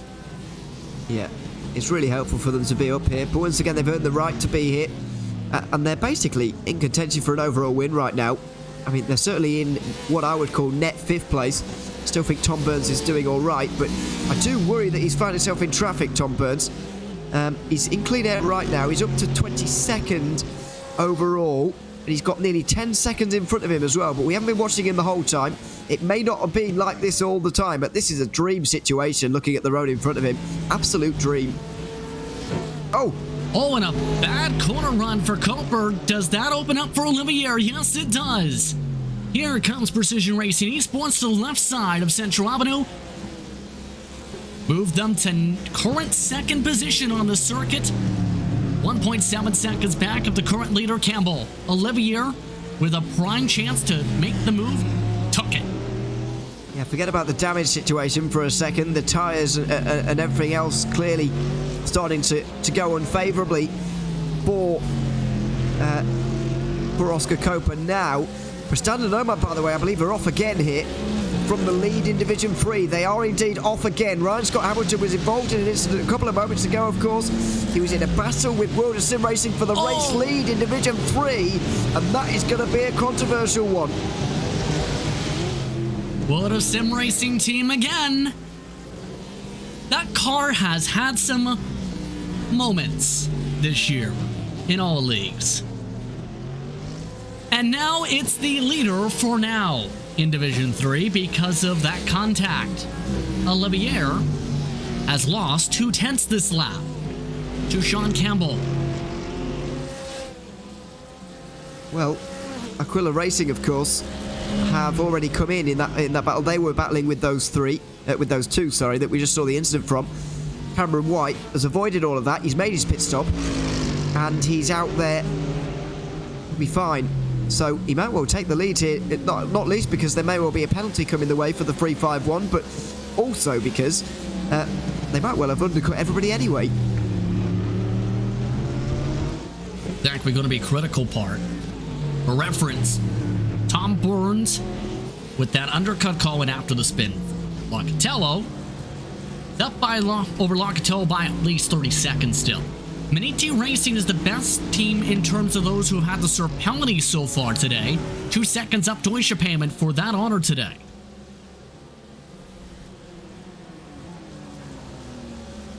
Max Riemüller here under a little bit of pressure.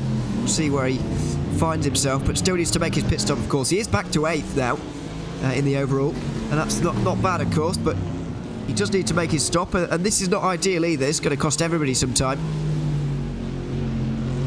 Yeah, that was a battle for the position with Patrick Schaefer, I Liveries. Bit of a scrape in the midst of that defense still. More penalties. Several of them. The car numbers, 241 this time. Sancho Marcini getting that reward. And guess which car? It's the car that just tried to make that move.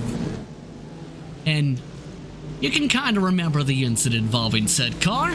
The other car with the black flag honors. IVRA Racing, Division 3.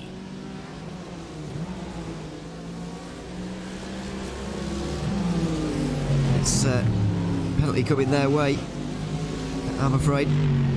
So, still lots to work out here, and that might be them serving it now or make it in their pit stop. Hard to tell at this moment because we still have 5 minutes to go of this pit stop window, and still a fair amount of teams yet to make their stop. Hold on 1 second. A car has vanished from the pylon. It was second on track. It's Dominic Olivier.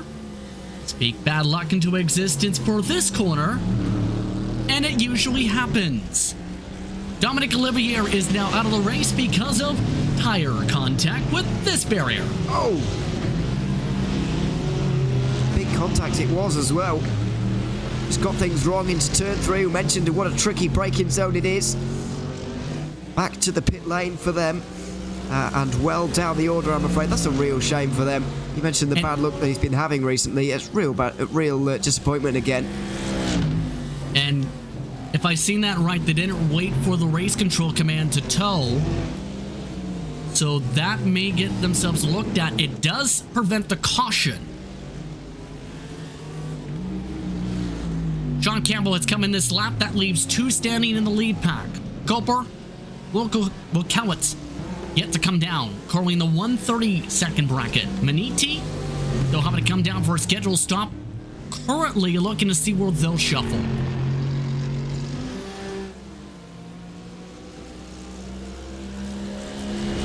Still 4 minutes of this pit stop window to go, of course, and that does bring with it a whole load of uncertainty. We're about to get a little bit more clarification, though. Sean Campbell is in the pit lane, and Tom Burns still out there, of course.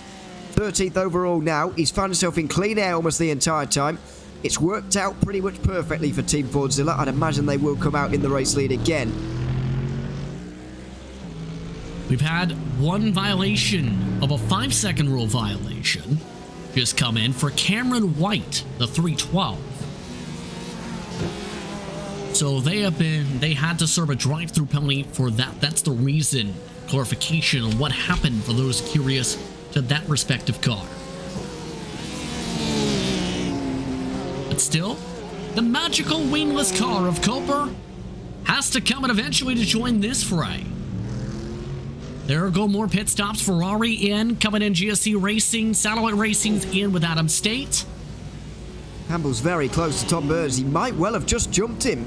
I think Campbell has just about done this. He has done. Sean Campbell has gotten out into the net race lead here. See, cars still up on the checks in the pit lane, but on the track, if you look at the pylon, Delta Sport has done a thing. It's done a race leading thing. In the lead, net for now, is Sean Campbell. Pending the 171 and 246. They need to be gaining a minute and 15 seconds when they make the stop, making a minute and 14 seconds. But there is a lot of traffic this lap for them to deal with for position. Not for position, should say. Drew Swank and Marcus Fox. I think this could be for position. Swank Racing is. Drew Swank is yet to make a pit stop, of course. But there is one car lap down here, and that's the one you can see pulling out of the way of these two. Getting out of the way. So Sean Campbell, despite the fact that Locatello's pit stop and then Campbell's subsequent pass on Oscar Copa gave him clean air, and he was able to do the overcut on Tom Burns, who must have been in traffic for maybe 1 or 2 laps there. It wasn't a lot, but it must have been just about enough for Team Fordzilla to lose their lead. I thought it was a big risk for them to come in early, but clearly they decided that it was worth the risk, worth a go, and it hasn't quite paid off for them. Sean Campbell has got the lead. It's nose to tail between them, and now we'll see if Oscar Copa can get involved between the two of them as well. We'll see if we can get a rear wing on this car as well now. We'll see if the magical rear wing decides to pop up at this point. Manitou Racing completing their service. Who's going to get the net advantage as they are up on the jacks, as mentioned, the fuel and the tires at the same time. So they get the chance to be able to go up on said jacks for the fresh rubber. 1 minute to spare on the clock for this decision. And they are the last drivers to make their scheduled stops. Here's a look at Sean Campbell. Looking to see if he can get the net race lead once they make their way towards the front straightaway. 35 seconds for those in the pit lane currently on the Delta. And once again, Campbell looks so quick. You can see him basically in a 1v1 with Tom Burns on this lap here, and he's absolutely driving away from him with 45 minutes to go here. A commanding outlap here, or first few couple of outlaps for Sean Campbell. We'll see if it's enough for him to retake the race lead. Coming out of the pits is Cooper, not going to be enough. Sean Campbell, net race lead, turns an overall race lead. Tom Burns jumps to second, and the magical rear wing does not elect to rejoin its car. So Cooper does get to third. The Division 2 leaders who do hold on to fourth for now Pablo Lopez lost 11 seconds to the race leader. Burns is 10 seconds up from his teammate with the pit window closed this time by. So Sean Campbell leads by just about 2 seconds now and a 3-second advantage over this car that still is driving like it has extra grip from no wing. Never mind, it hit a wall. And after challenging to be in these places, challenging for the race win, the pole sitters German sim racing Massimo Locatello is down in 10th position after his long stop, getting caught up in traffic and getting into a spin as well. Has really set him back. He's 40 seconds off these drivers. Just shows you what a couple of incidents can do for you. Real shame for them, but German sim racing have still got the Division 2 lead and quite comfortably have it as well.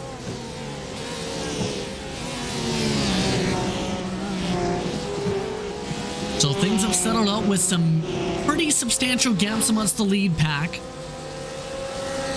With this window now closed, see if there's any review on the times in terms of the eye test. Here's most cars may have reached the delta, although it may be close if you reach a 59.9 like iLiveries did by a 1/10 of a second. Battle for 9th, Division 1, GSE racing by ACI. They've now gained 17 spots overall on the circuit. So, a couple of penalties, by the way, coming in as well that just want to mention. Just a couple of them are important. Max Riedmuller has got another one. Another big shame for Maniti Racing, who are currently serving that drive-through penalty now. Once again, they'll have more work to do. So this battle's now for 8th place. But also, we've got another drive-through or a first drive-through penalty for Aquila Racing and Cameron White for that pit lane. They've already served it. They already served that one. But you're right about the Beniti one. German Sim Racing wants to go again, though. This is their entry by ACV with Locatello, who got spun around, remember. Looking to recover some points. The basically a lonely Audi in the field, looking to play defense all across the circuit. Florian Nadinger should say, behind the wheel, looking to play defense. Will stay in front here for the next couple of moments, you'd imagine, but he's going to struggle to manage this for the next 40 odd minutes. But yeah, Aquila Racing are doing something else other than serving their penalty at the minute. They've been in there for nearly 5 minutes, so something else is clearly going on there. A meatball flag. Yes, that would explain a lot. I actually did think they would get back to the lead of the race, though, in Division 3, so it's kind of significant. But waiting to see the outcome of what's going to happen to World of Sim Racing after that incident we saw a few minutes ago. I know there was a question, and I alluded to this involving iLiveries. If you had a 59.9 second pit stop delta in the box, since it's under a minute, would you get penalized? Or would they round up? Answer is, you get penalized for 5 seconds. Sandro Marcini will have to revisit the pit lane. Drive-through penalty, car 351 is the bigger of the two, though. That's the World of Sim Racing car who had contact to take the Division 3 lead. They will no longer be the Division 3 leaders in a few moments. Well, they've got a 25-second gap. It might be enough. A drive-through, though? Kind of close. It's going to be close. It's certainly going to set them back a long way, and they're going to be right in the mix with seconds down to 6th or 7th. Quite close in Division 3 right now. So, I don't know. We'll wait and see what happens when they come down to serve it. The delta estimate is about 19.2 seconds for some who've taken drive-thrus today. The gap is 25 seconds. So, depending on the entry/exit, they could, you are right, could get it. You're right on that mark. And let's not forget that even though it is 19 seconds to drive, 20 seconds to drive through the pit lane, you don't actually lose that amount of time because you are still travelling at some speed. Marco Pereira should hold on to this lead, but it remains to be seen what happens for the rest of this race and when they can hold that lead, of course. There it is. Let's find out the answer. Freestand and Nomad are the drivers who are second after getting spun around by this car. Not expecting them to go in the box. On the pit limiter already at 40 miles per hour. iLiberties is also in for their 5-second stop and hold. There they go. Back on the gas. Indeed, you are correct. They hold on by a decent margin. How about 2 corners of a margin? Yeah. That only cost them maybe 10 seconds. There it is. To Pastrana. There's Pastrana Nomad. Just making their way towards turn 3 now as well. 10 seconds between 1 and 2 in Division 3. So you can only make the penalty fit the crime. It hasn't actually affected them at all, really, in this race. As the battle for second starts to heat up overall. That's why you say, never say should. Tom Burns, the playing defense here. They did get by the lap car Precision Racing Esports in Division 3. Tom Burns doing well so far, but has dropped back nearly 4 seconds for the second spot or to the net leader. Cooper still putting up near identical times to her. The gap's still extending. And Sean Campbell, I think it's going to be difficult to deny this race win now, over 3 seconds. 3 in a row is not unheard of in this series, of course. We've seen a lot of wins last season for Maniti Racing on their way to a title. But Sean Campbell is starting to strengthen his hold on this championship right now with what is turning into a really fantastic performance from him.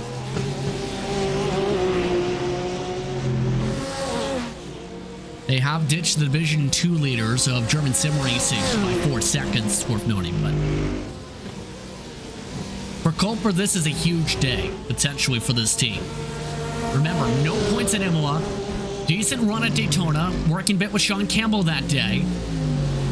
Only 19 points coming from Nürburgring. This potential can propel them back to the top 10 in points. Yeah. And I think it will. I don't think it's going to take us too much calculation to manage that. If nobody else gained points, they'd be about 4th, I think, with the amount of points they gain. It's a big day for them. Their best result of the season so far. They haven't been on the podium yet, so as long as they can stay in this position, then they will be jumping up a lot of places. And of course, some of those in front won't be scoring any points from today. So let's see. Oscar Cooper's big goal for today, I think, is going to be second place and getting that second place away from Tom Burns, which is something I think he can manage.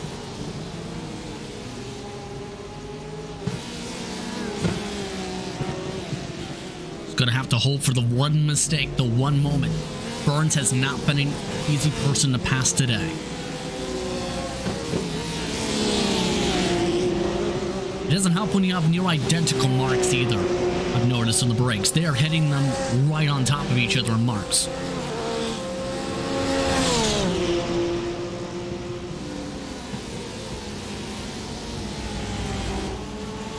If the run builds up down Central Avenue this time, there are 2 lap cars to be able to tow off of and or have to deal with in a moment. Once again, choo-choo train for Cooper. Someone replicating his rear wing situation in the foreground there as well. I think I saw them lose their rear wing actually as we were talking about something else. Someone who's must have just gone 1 lap down fairly recently in the Division 3 category. Could be Mag Performance Junior or Element Sim Racing maybe. I can't quite pick it out from this position because we are focusing on the battle for second. But yeah, someone else replicating that idea, which is slightly bizarre, but I think we can be pretty assured that it's not actually affecting the driving of these cars. It doesn't look like it anyway. I see an update coming in the future. I'm saying that now because there are 2 cars who are driving without rear wings in the shot. Mag Performance Junior White have found the magical wing. lack of it, I suppose. Yeah, there he is. Mikko Fencato with no rear wing as well. Running actually quite well in the Division 3 category. 4th place and only a couple of seconds off a podium right now.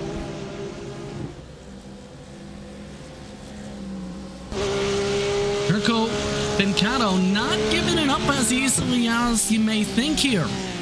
As the Division 3 driver, 27th overall, 3rd car a lap down. Has not essentially yielded the position per se in this. Oh, this is awkward. Now he does. That was a weird spot to do it. Yeah, but I mean, I guess he just saw Tom Burns was literally right behind him. Thought, well, I better get out of the way here. But maybe could have waited for the back straight here. Would have been a better idea. But decided to do it there. A bit of a scary moment, I'd imagine, for the leaders.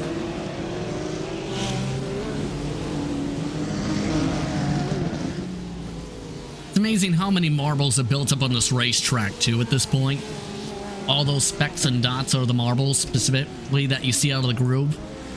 It just again shows how laser pointed you need to be on the line, because one off line where those marbles are, you're likely losing a spot from it. Not the marbles, but the line, but maybe the marbles. It's certainly building up and making life even more difficult. We spoke about earlier about the narrow racing line here and how that makes it hard to make a move around here. But once you start factoring in the marbles as well, life gets even more difficult. Thankfully, it's not a really long race, and so it doesn't affect too much. But I think the traffic is going to play much more of a role. Tom Burns has to find his way through the traffic very well. Has to make sure that he, minimises the amount he's slowed down by these cars, because that's the most likely place I can see Oscar Cope getting a run on him here if he's just slowed up behind someone.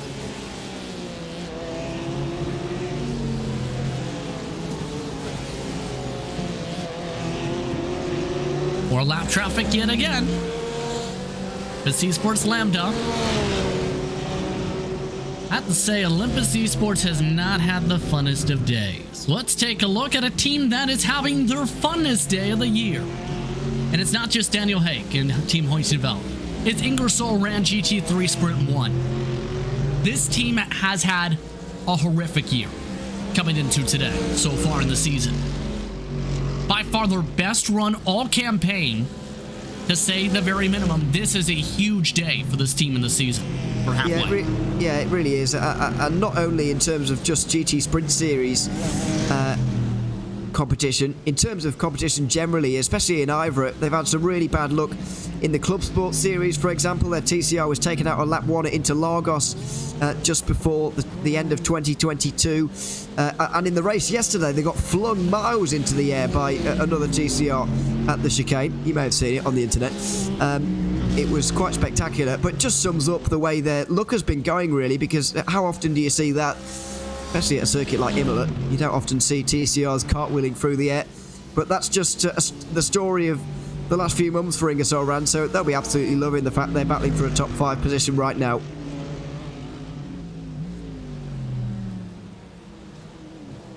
How about this, though? The Snake coming out for the battle for 6th at Belle Isle? You have to wonder the thought there, even with how big the buffer was there. Team Heusinkveld does not want anybody near them. No, not really. And it's not surprising. They've had, for my money, a fairly quiet season, really, Heusinkveld, but they are 3rd in the standings coming into today. Still a good, 74 points away from Delta Sport. And I think they're going to hold 3rd place as well with a top 5 here, even a 6th place. I think they should hold a top 5 place in the championship standings. So it's been a good season for them. And of course, they're defending their Club Sport Series title as well in IVRA as well. So yeah, it's been going fairly decent. And this is not a bad way to start 2023 for them either. It does look like they've just got the measure of Ingersoll Rand on this last couple of laps.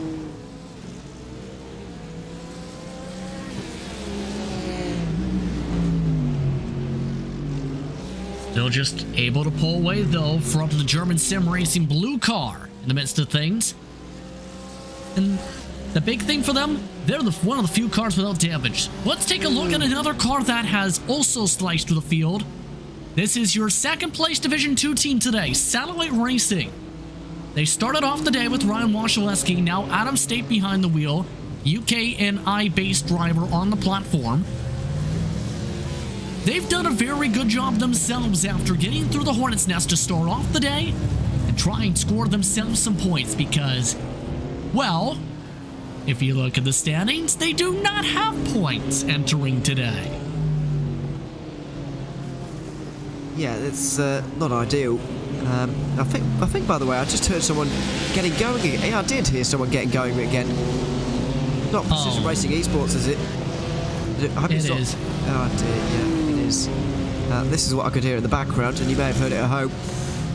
A bad day going to worse, I'm afraid, for them.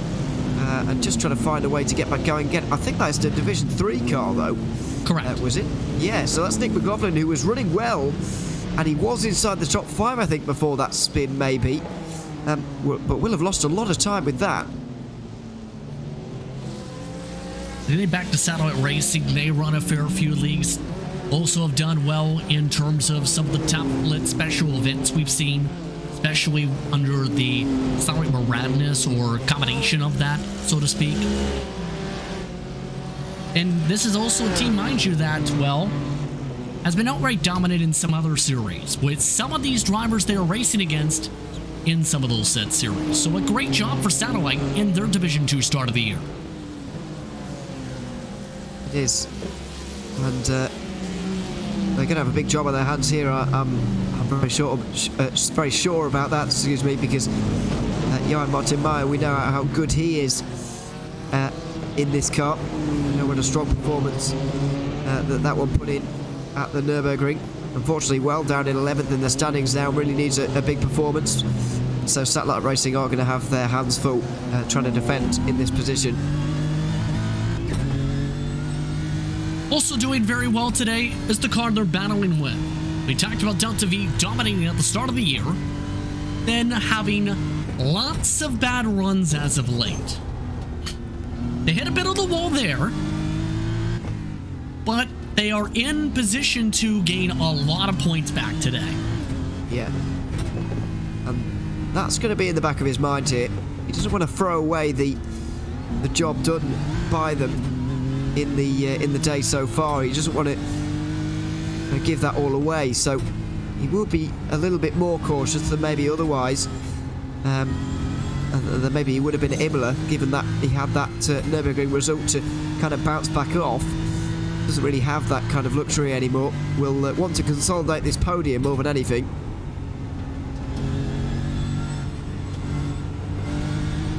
Still, give me something on points. 90-something points. You take the 90 if you can get it. Absolutely. There's an extra 9 points on the line here. But I think it's not worth risking it all for 9 points when they are already scoring 81. And they could end up with 0. So I think they won't put it all on the line here, but I do think they'll apply the pressure, and we will see some sort of a fight developing between the two.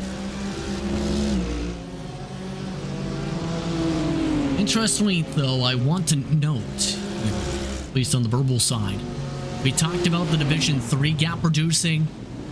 Now with the drive-through, it's back to the exact same interval it was before the drive-through for World of Sim Racing team.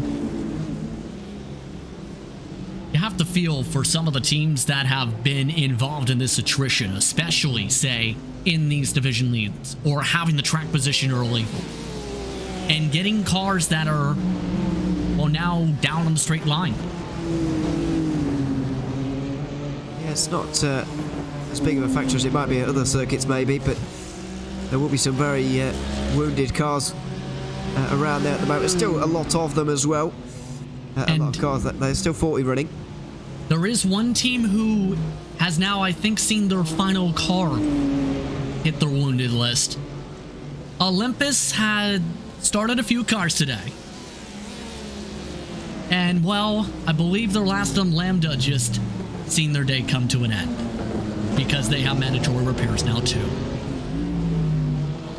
So you have Valorous Motorsports, who have had both their cars out. You have Olympus with both their cars now with problems today.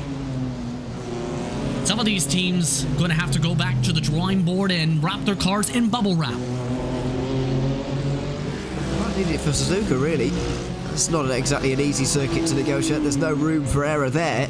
Not in terms of the walls, but there's no places really where there's a lot of tarmac runoff for you to escape incidents. So that's not exactly settling back in with another easy race. And there's over a month before that one as well, of course. The next IVRA event is coming up in mid-February with the GSI Endurance Series again at Monza. You know, it's a long time between this next race in IVRA competition. And so maybe that break after this race will be a little bit of good for some of these drivers, but for some others, they might not really want a break, especially those that are in form, like Sean Campbell at the moment, for example. Want to listen on board with one of these battles for a lap if we can, to be able to see how they're faring out right now. 23 minutes on the clock. Let's take a quick listen for a lap.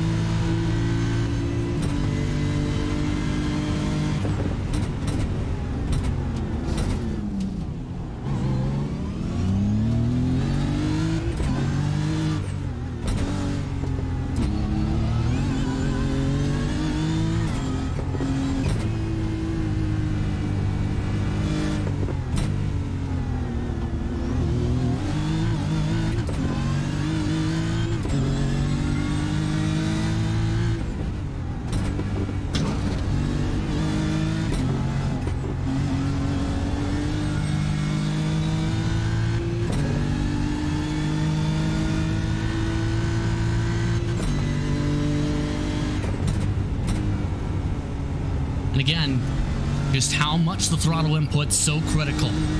But as we look through that incident, through that respective lap, there is an incident involving these cars. You've seen the bumping with the audio. Able to keep it straight, Ewan. Just about. Satellite Racing defending to the inside line as you'd expect them to do.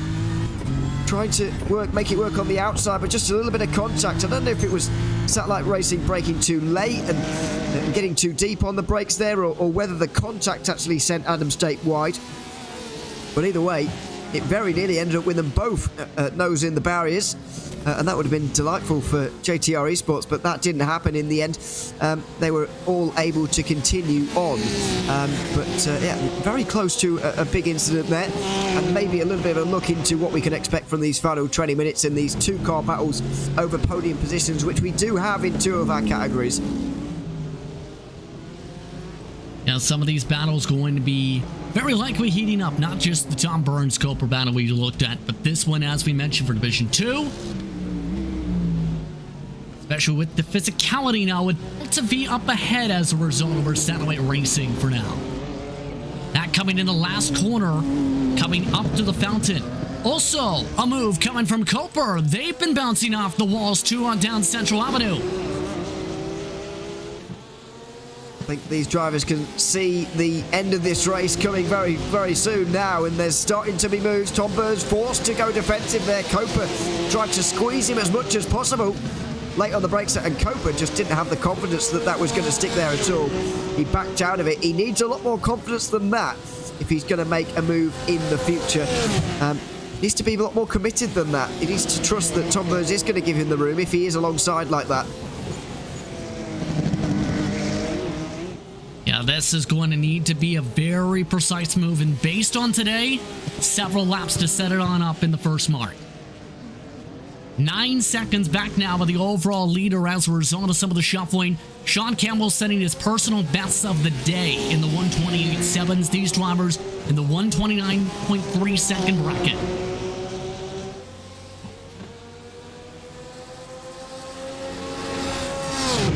to go, and difficult to see which way these battles are going to go. It does look like Adam State is going to drop back now from Delta V Racing, and that battle for second may well be done and dusted, with Adam State having enough room, I'd imagine, to hold on to third ahead of Justin Smith, but this battle for second is not going to go away.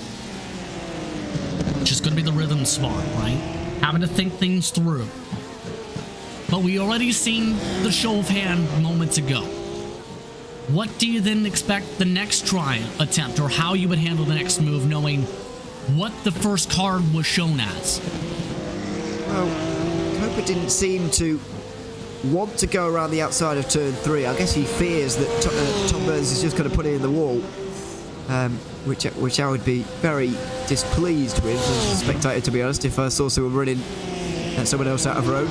But anyway, Cooper seems to be a little bit worried of that happening, of course, because he is going to be the one with damage after all, and would rather maybe consolidate this third place finish. So I do worry slightly that Cooper is going to sit behind and only wait for a glaring opportunity, and if one doesn't come, then he's going to satisfy himself with a podium. I hope that's not the case. I hope he is going to go for it, but he did not look comfortable on the outside at all. Well, he's not going to be comfortable now because he just scraped the entire left side of his car. Still holding on to the spot by about 0.7 of a second back now for Dilla. WS Racing Esports, interesting enough, just had to come to the pit lane. Let's take a look at the Team Heusinkveld car. As... what? Is that them trying to go out on blue flags? That's not... well, that's weird. Oh, Cooper hit the wall again in the grass. Cooper is starting to really lose the car. The magical rear wing may be fully gone. Yeah, that is starting to struggle now, although he just seemed to be still doing all right. If he gets back in his rhythm again, I'm not counting him out from catching Tom Burns again. That was the Team Heusinkveld Division 2 car, by the way. That's down in 31st. Christian Smith currently at the wheel of that one. And I presume was just letting some lapped cars go through. Although one of them was for an overall position. Nick McLaughlin was able to benefit from that, but they're not in the same class, so it doesn't really matter. So Cooper continuing to try and hold on with what has been, well, a line of the race to consider. Battles are starting to heat up a bit. Also, heating up is this Ricochet, and yes, that was the Ingersoll Rand car. So the luck, just seeing the magical body part get spread apart. Oh, such a shame for Ingersoll Rand again. By the way, do not hit the bodywork because it will break your car, Ewan. It's been collected now, thankfully. And it's off the road, but yeah, you will get damage as a result of the bodywork. Was that, by the way, the Ingersoll Rand that was running in? The second one. Was it the one that was running in the top 5, or WS Racing Esports are not going to make it back to the pit lane by the looks of that? They have gotten confirmation they can tow, and I think this is the other Ingersoll Rand. This is the clean car. So, the 134 is okay. Their counterparts, they no longer have a front end and are in the pit lane because, yes. I mean, they were already 12 laps down, so it doesn't matter too much, but it just show you that bad luck has gone from bad to worse, and that is concerning, seeing your teammates' front end flying across the road like that. Obviously, iRacing's new damage model coming to all GT3s for this season, and it's getting a real workout here this afternoon. Trouble Eye Liveries, part of the third sector by the fountain just now, is parked it in front of the rest of the racetrack. Lead group still at the other end of the track, but Marsani has parked it in the middle of the fountain and is spread eagle across the circuit. These two are approaching that sector, but these two will not have to deal with it. Here is a look at the bad luck continuing for iLiveries as there's the Heusinkveld car again. Maybe should have put the brakes on there and don't reverse into the traffic. Is going to be a problem that Yeah, Oh no, and Delta V has got a problem too in that sector. We're second, of course. This is just as they got that going. Oh dear. Well, Satellite Racing definitely is in second for good for now. Team Heusinkveld, they're not good with this spot right now for now, because that is the blue car looking around to get around said car. This is the battle for 6th overall. Yes, it's for division position. In fact, 5th in the division. Yeah, 5th in the division, 6th overall. Dennis Bridget now up and has probably reached his limit there, but a good recovery.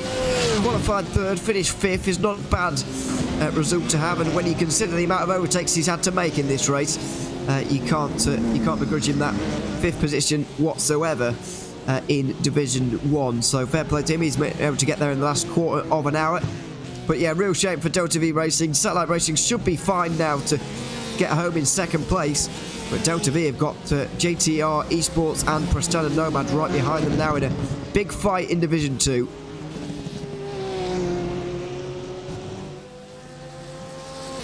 See how that fares out. We'll see how Team Heusinkveld looks to hold on. Here's a look at that battle referred to. Because of that slide, Dustin Smith now has a chance at a podium.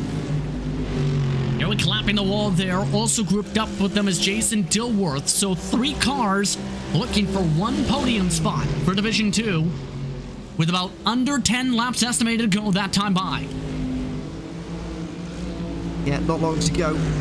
Yeah, well, I'd definitely say less than 10 laps here at this stage. And it's going to feel like a lot longer than that for Delta V Racing. A very busy part of the circuit. And a big defence they're going to have to put up now. Prestana Nomad got into the mirrors there nicely. JTR Esports forced into a mistake. That's exactly what you tried to do as the following car. Try and force a mistake, get into the mirrors.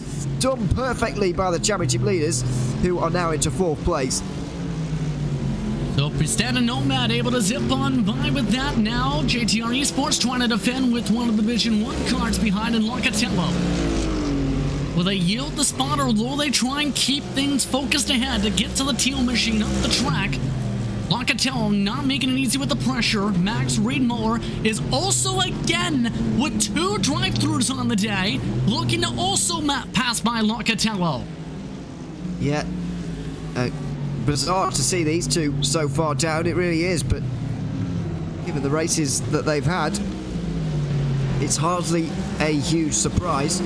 It could be a pretty huge battle. I think JTR Esports are very intent on staying in front of Locatello here, really, because obviously they want to catch Prestana Nomad just up in front. There's a championship battle there, of course, but Locatello will really want to get through and keep Maniti Racing away, because that's going to be pretty important as well for those 2 teams. There's the setup. Slower to the apex, faster on the exit. Locatello looks to the right side, left side, moving over to Dustin Smith. And there's the give up. Dustin Smith lets by the Division 1 car, and Riedmuller wanted to go to, but he does not get the window to open for him. No, far too far back for that, really. Riedmuller was never going to get through as well, but really wanted to, of course. JTR Esports would like to stay in front here, but they're not going to be able to. I think they're going to have to console themselves with 5th position and trying to stay in front of Dutch Payment and Element Racing in 6th and 7th, who are in the background of that shot there. And GSC trying to close up to all this.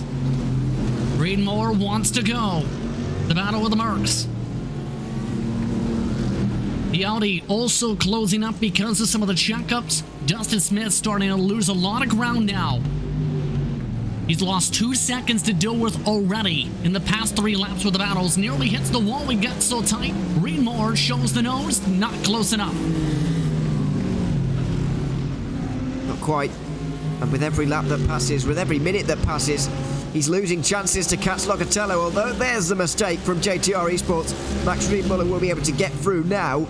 Not for any points, but he will get a little bit closer to Massimo Locatello, and that could be a big fight in the next few moments. JTR Esports have got a big fight on their hands here to retain a top 5 place as well, and that's a pretty big one in their own right as well if they want to stay in touch in this championship.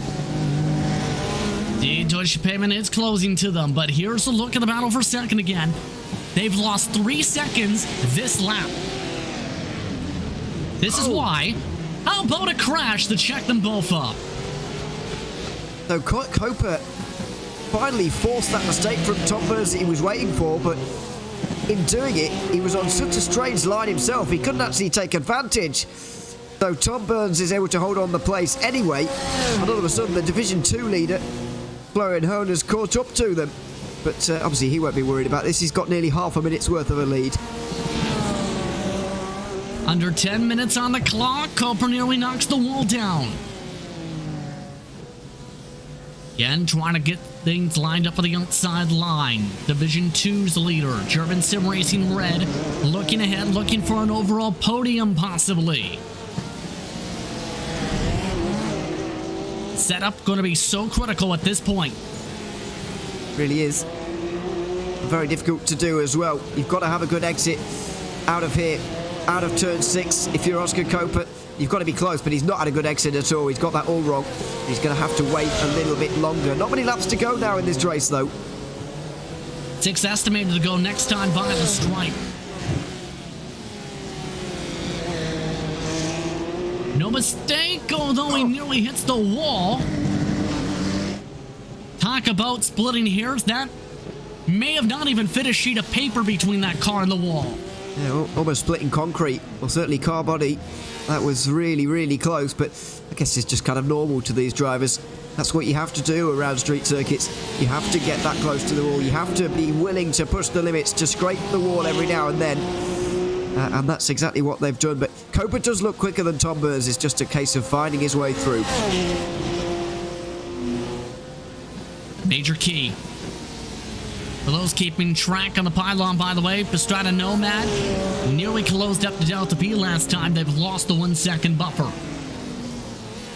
Coming up to 5 to go estimated this time around for Sean Campbell and company as they make their way to turn 3. And again, no close enough lunges for Cooper over the past few laps outside of that one chance that's seen Tom Burns drive it into the tire barrier and check them both up.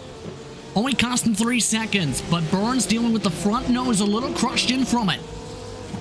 Pablo Lopez is 9 seconds back of this, looking for a top 5 overall and 4th in the division. There goes Cooper yet again, nearly knocking the wall down. That's his bugaboo today. He's really struggled out of turn 6 in the last couple of laps, and that's the corner he really needs. He seems to be a lot closer and a lot better at getting close into here, into turn 7. It wouldn't be my favourite overtaking opportunity, but he seems to be stronger there, and so can only do what you can do. I think he definitely needs to be stronger out of turn 6. He's nearly hit the wall in turn 6 in this stint alone at least 3 times. We've kept an eye on in this fight.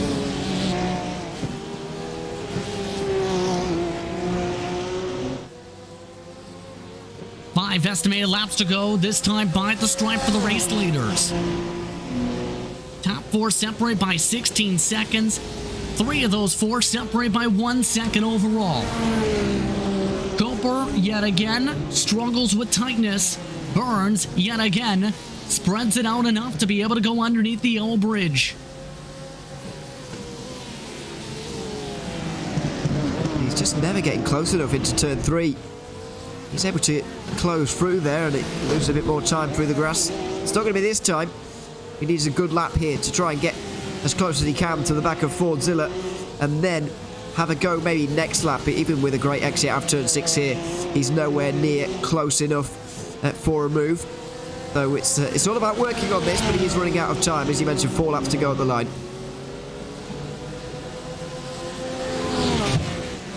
We razor tight amongst this fight. You have the battles between 127 and 101 as well. Deutsche Payment has closed up the GTR Esports' pack. World of Sim Racing holding on to a significant buffer is passing Division 1 cars. All coming down to about 5 minutes on the clock to determine who comes away with the podium steps in all the classes. Cooper tries to launch it. Nearly hits the wall in front of the advertising banners as they make their way down the straight, up to the front stretch. Passing by Pleasure Drive, off of Sunset Drive, off to 1 and 2. Once more for the setup. Cooper has struggled to set things up in this sector all race long. Again, stationary for Central Avenue as they pass by the picnic way. Just once again at that frustrating distance for Cooper, where he'll feel like he is in a battle. He can sense the opportunity, or maybe an impending one, but he just can't make a move here. He can't get close enough. Really struggling with that right now, and he's going to need. Well, I don't want to say he needs a miracle here, but he does need a big opportunity. I think there's one chance left in this race for Cooper. If he's got enough pace, there's one chance left. He's got to take it, but I'm getting increasingly the feeling that he might well settle for his first podium of the season. Let's take a look at a replay where we talked about JTR Esports getting closed in by Deutsche Payment. Well, that's a way to lose a podium for both of them. Yeah. JTR Esports, of course, second in the championship coming into today. Daytona race winners as well. Really wanted to limit the damage that they were going to sustain to Prestana Nomad, and I'm afraid they've got actual physical damage there to their car. Justin Smith with big contact on the wall. And he will lose a few points today to the championship leaders, but it will be German sim racing race winners in waiting who will close the margin to Prestana Nomad, you would imagine. 3 estimated laps to go, under 3:30 on the clock. Cooper hits the wall yet again. Cooper may have used up all his luck when it comes to that damage. Swing to the rear because, you know, that magic wing that had no damage brackets, the brackets are damaged. So even if technically it could be there, it's probably bent in the technical world. Yeah. Very bent. It doesn't look terrible, but, I mean, and it's clearly not driving terrible either at this stage. I think that just everybody is dealing with some level of damage at this stage. And Cooper is just dealing with it, really. So, fair play to him for that. But a lot of the others are in a similar situation as well, I think, with various bits of damage on various pieces of the car. The Team Fordzilla Porsche is not exactly as it came out the showroom, so there's a number of people coping with things here. Battle for second, though, starting to close up. I mentioned that Cooper may have one more chance if he's got the pace. It looks like he might just be able to open himself one more go at this Fordzilla Porsche. 1, if not 2 chances, that's it. Well, now it's down to 1 as they smack the wall, possibly, with 2 to go. The possibly is for the chance. 17 seconds back in the lead, looking for second step of the podium. Cooper, the closest he's been through turns 1 and 2. Again, he hits the curves. There he goes. Not able to get the run. He needs a wider entry to turn 2 there for a later apex, and certainly don't get on that curb in the way that he did just there, because it ruins your exit all the way down the straight towards turn 3. He brakes too late as well. He'll lose some pace. That was maybe the chance. He's really running out of time now. The urgency button, if it's not been pressed already, well, it should have been pressed already. Nearly into the Pure Michigan sides as they go down the back straightaway, up Strand Drive, passing by the rivers on the right side, Detroit River on the left side.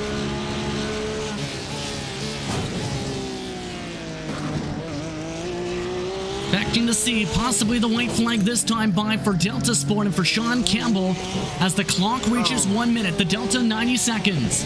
Cooper now really bouncing off the walls all the way around the intricate section there from turn 7 to 11, and now there Tom Burns with a good exit out of turn 11.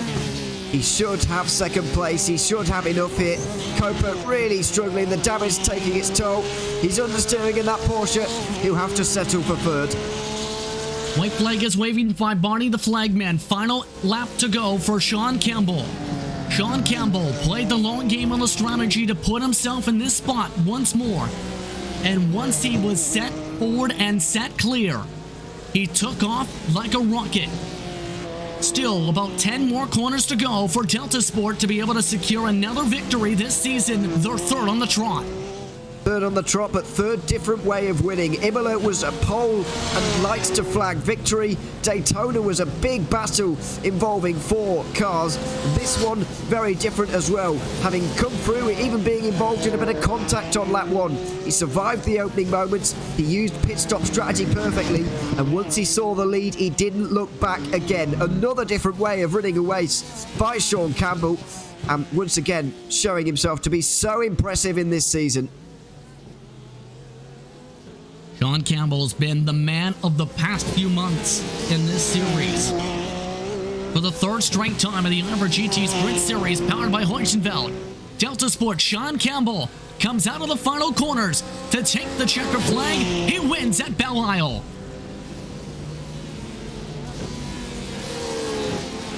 A sizable win for Sean Campbell. The battle has just about broken up entirely for second step on the podium Division 1.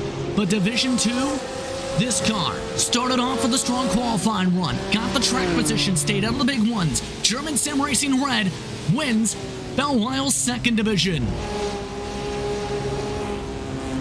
An eventful day in turn when you compare that to the Division 3 winners.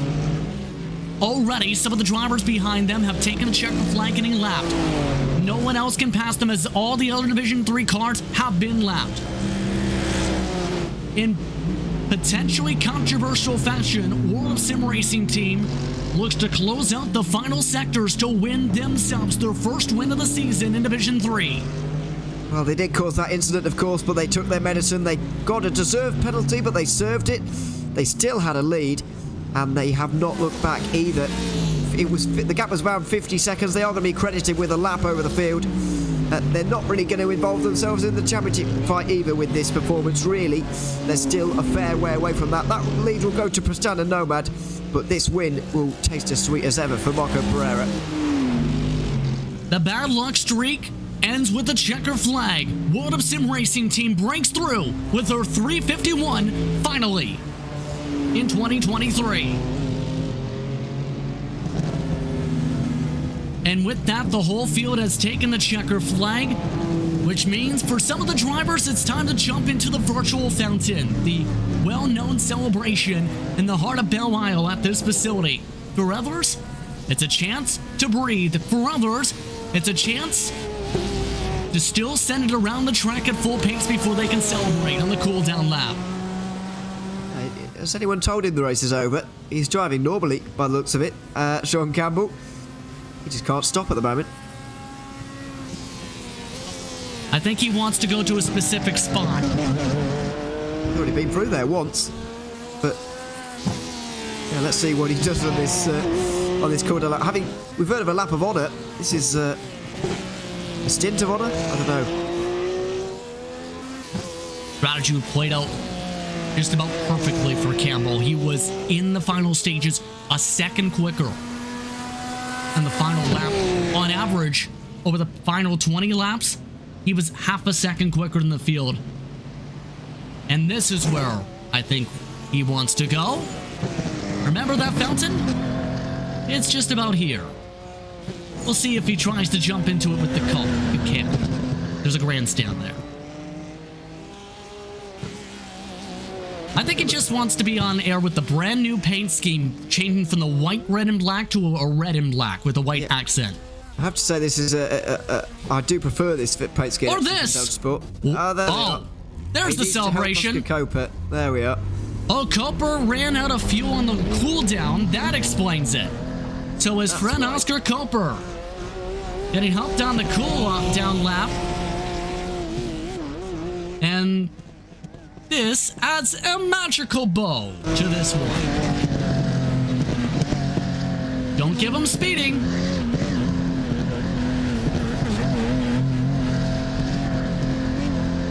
Sean Campbell, always the helpful person. Indeed. I don't actually believe it is the rule. Well, maybe it is the rules actually that you have to complete the cooldown lap in IVRA. To be fair, you can't escape whenever you like normal iRacing. But there we are. We'll see if there's a word of unassisted talk than that. Sean Campbell, though, wins by 18 seconds unofficially over Tom Burns and Oscar Koper. Koper ran out of fuel on the cooldown lap. Campbell went full pace to be able to help him around the circuit. Florian Hohn for German Sim Racing picks up the top spot for their division. Pablo Lopez, what a stellar drive, able to move up from 19th to 5th overall. German Sim Racing's blue car, 6th. Daniel Hake for Team Heusinkveld in 7th. Ingersoll Rand makes the top 10 for the first time this campaign in 8th. Then the rest of the top 10 Division 2 drivers, 2nd in Division 2 Adam State, Johan Martimeyer for Delta V, held on to 3rd on the spot. Strata Nomad did close up the gap to under a second, but lost that delta in the final few laps. They still get a solid point-paying spot. Max Raidmore finishes in 12th after 2 drive-through penalties, able to hold off Massimo Locatello, who was able to close up and then lost that close-up, nearly falling to the grasp of German GSE Racing by ACI. Division 2 drivers just about populate the rest of this run, with Deutsche Payment Esports, Global Element Sim Racing, JTR Esports, 15th through 17th. The top spot for Division 3 was the last car on the lead lap. That is World of Sim Racing team finishing with Marco Pereira behind the wheel. Boris Egno Ovando, the first driver, a lap down for RSR by butt kicker, while RD Sim Sport had a few rides today. From some of the spins, they still got a top 20 despite going around twice. Strata Nomad finishes 21st in the Division 2 car, with Vector Sim Racing and Swank Racing behind them, then a full line of Division 3 cars. Strata Nomad losing tons of time after they had contact from World of Sim Racing team for the lead. Element Sim Racing, Mank Performance Jr., JTR Esports in those spots. The Division 2 drivers of IA Liveries and Team Heusinkveld finished behind them. Nick McLaughlin also a lap down in 30th in Division 3. 31st went to Jake Shirley, who started off the day on the back foot with a penalty because of contact during the safety car periods. He finishes 2 laps down 31st. Then, 86 car, who started off with a penalty after the wrong number register for their first run of the campaign, finishing 32nd. Rusty Spatula started off with a meatball flag. They finished 5 laps down in 33rd. The Ford, it was battered, it was bruised, it barely held on, 6 laps down in 34. WS Racing Esports ricocheted across the track for the first DNF, 13 laps down, while Quasar Sim Racing made to 15 down in 36th. Olympus Esports Ingersoll Rand, Precision Racing Esports is Division 1 car from the top 5 in 39th, and Aquara Racing in 40th after their penalties. Q1 Esport amongst the 2 DQs for unserved penalties, front of Emil win the board today. So with that, the man who helped out his friend Oscar Koper, Sean Campbell, now joining us in from virtual victory lane. Sean Campbell, his 3rd straight win of the season. Sean, you played the strategy right. How does it feel to win 3 straight? I don't know. This is the first time I've ever done that in anything, I'm pretty sure. Just, you know, it was exciting first stint. Some strategy played out. I just tried to conserve the tires, and it worked, I guess. We'll have to see, absolutely. And in turn, an eventful run in turn, how difficult was it to play things out right, to be able to find that clean pocket, to be able to get this lead after the pit stops, to be able to then run away? It was just about conservation. It was in the stint testing that we did, if you pushed really hard at the start, your tires were gone by the end, so it was just a game of chillaxing until you really needed them. So now, you continue to absolutely grow that points lead. Team Fortzilla, their 169 came into today with 3 seconds after today, should say. The thoughts now for the second half of the season at Suzuka, a bit different of a track compared to the streets of Belle, Iowa, across from the Motor City. Yeah, I'm actually not really sure how it's going to behave there. Hopefully good. The racing should be good at Suzuka if we're able to run closely and cleanly. Well, with that, we'll let you jump into the fountain, as is tradition here at this circuit. Congratulations. All right, thanks. Sean Campbell, ready for a swim from virtual victory lane today.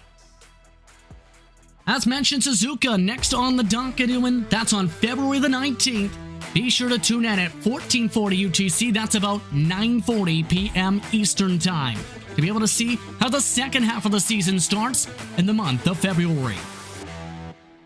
With that, a wild race comes to a close here at Belle Isle. For my co-announcer today, Ewan O'Leary, for my producer Hugo Wees, for all of us here at RaceSpot, I'm Justin Prince saying so long. Enjoy the rest of your Sunday. Congratulations to your class winners, Delta Sport, as well to German Sim Racing, as well to World of Sim Racing Team, your unofficial winners from the streets of the Motor City.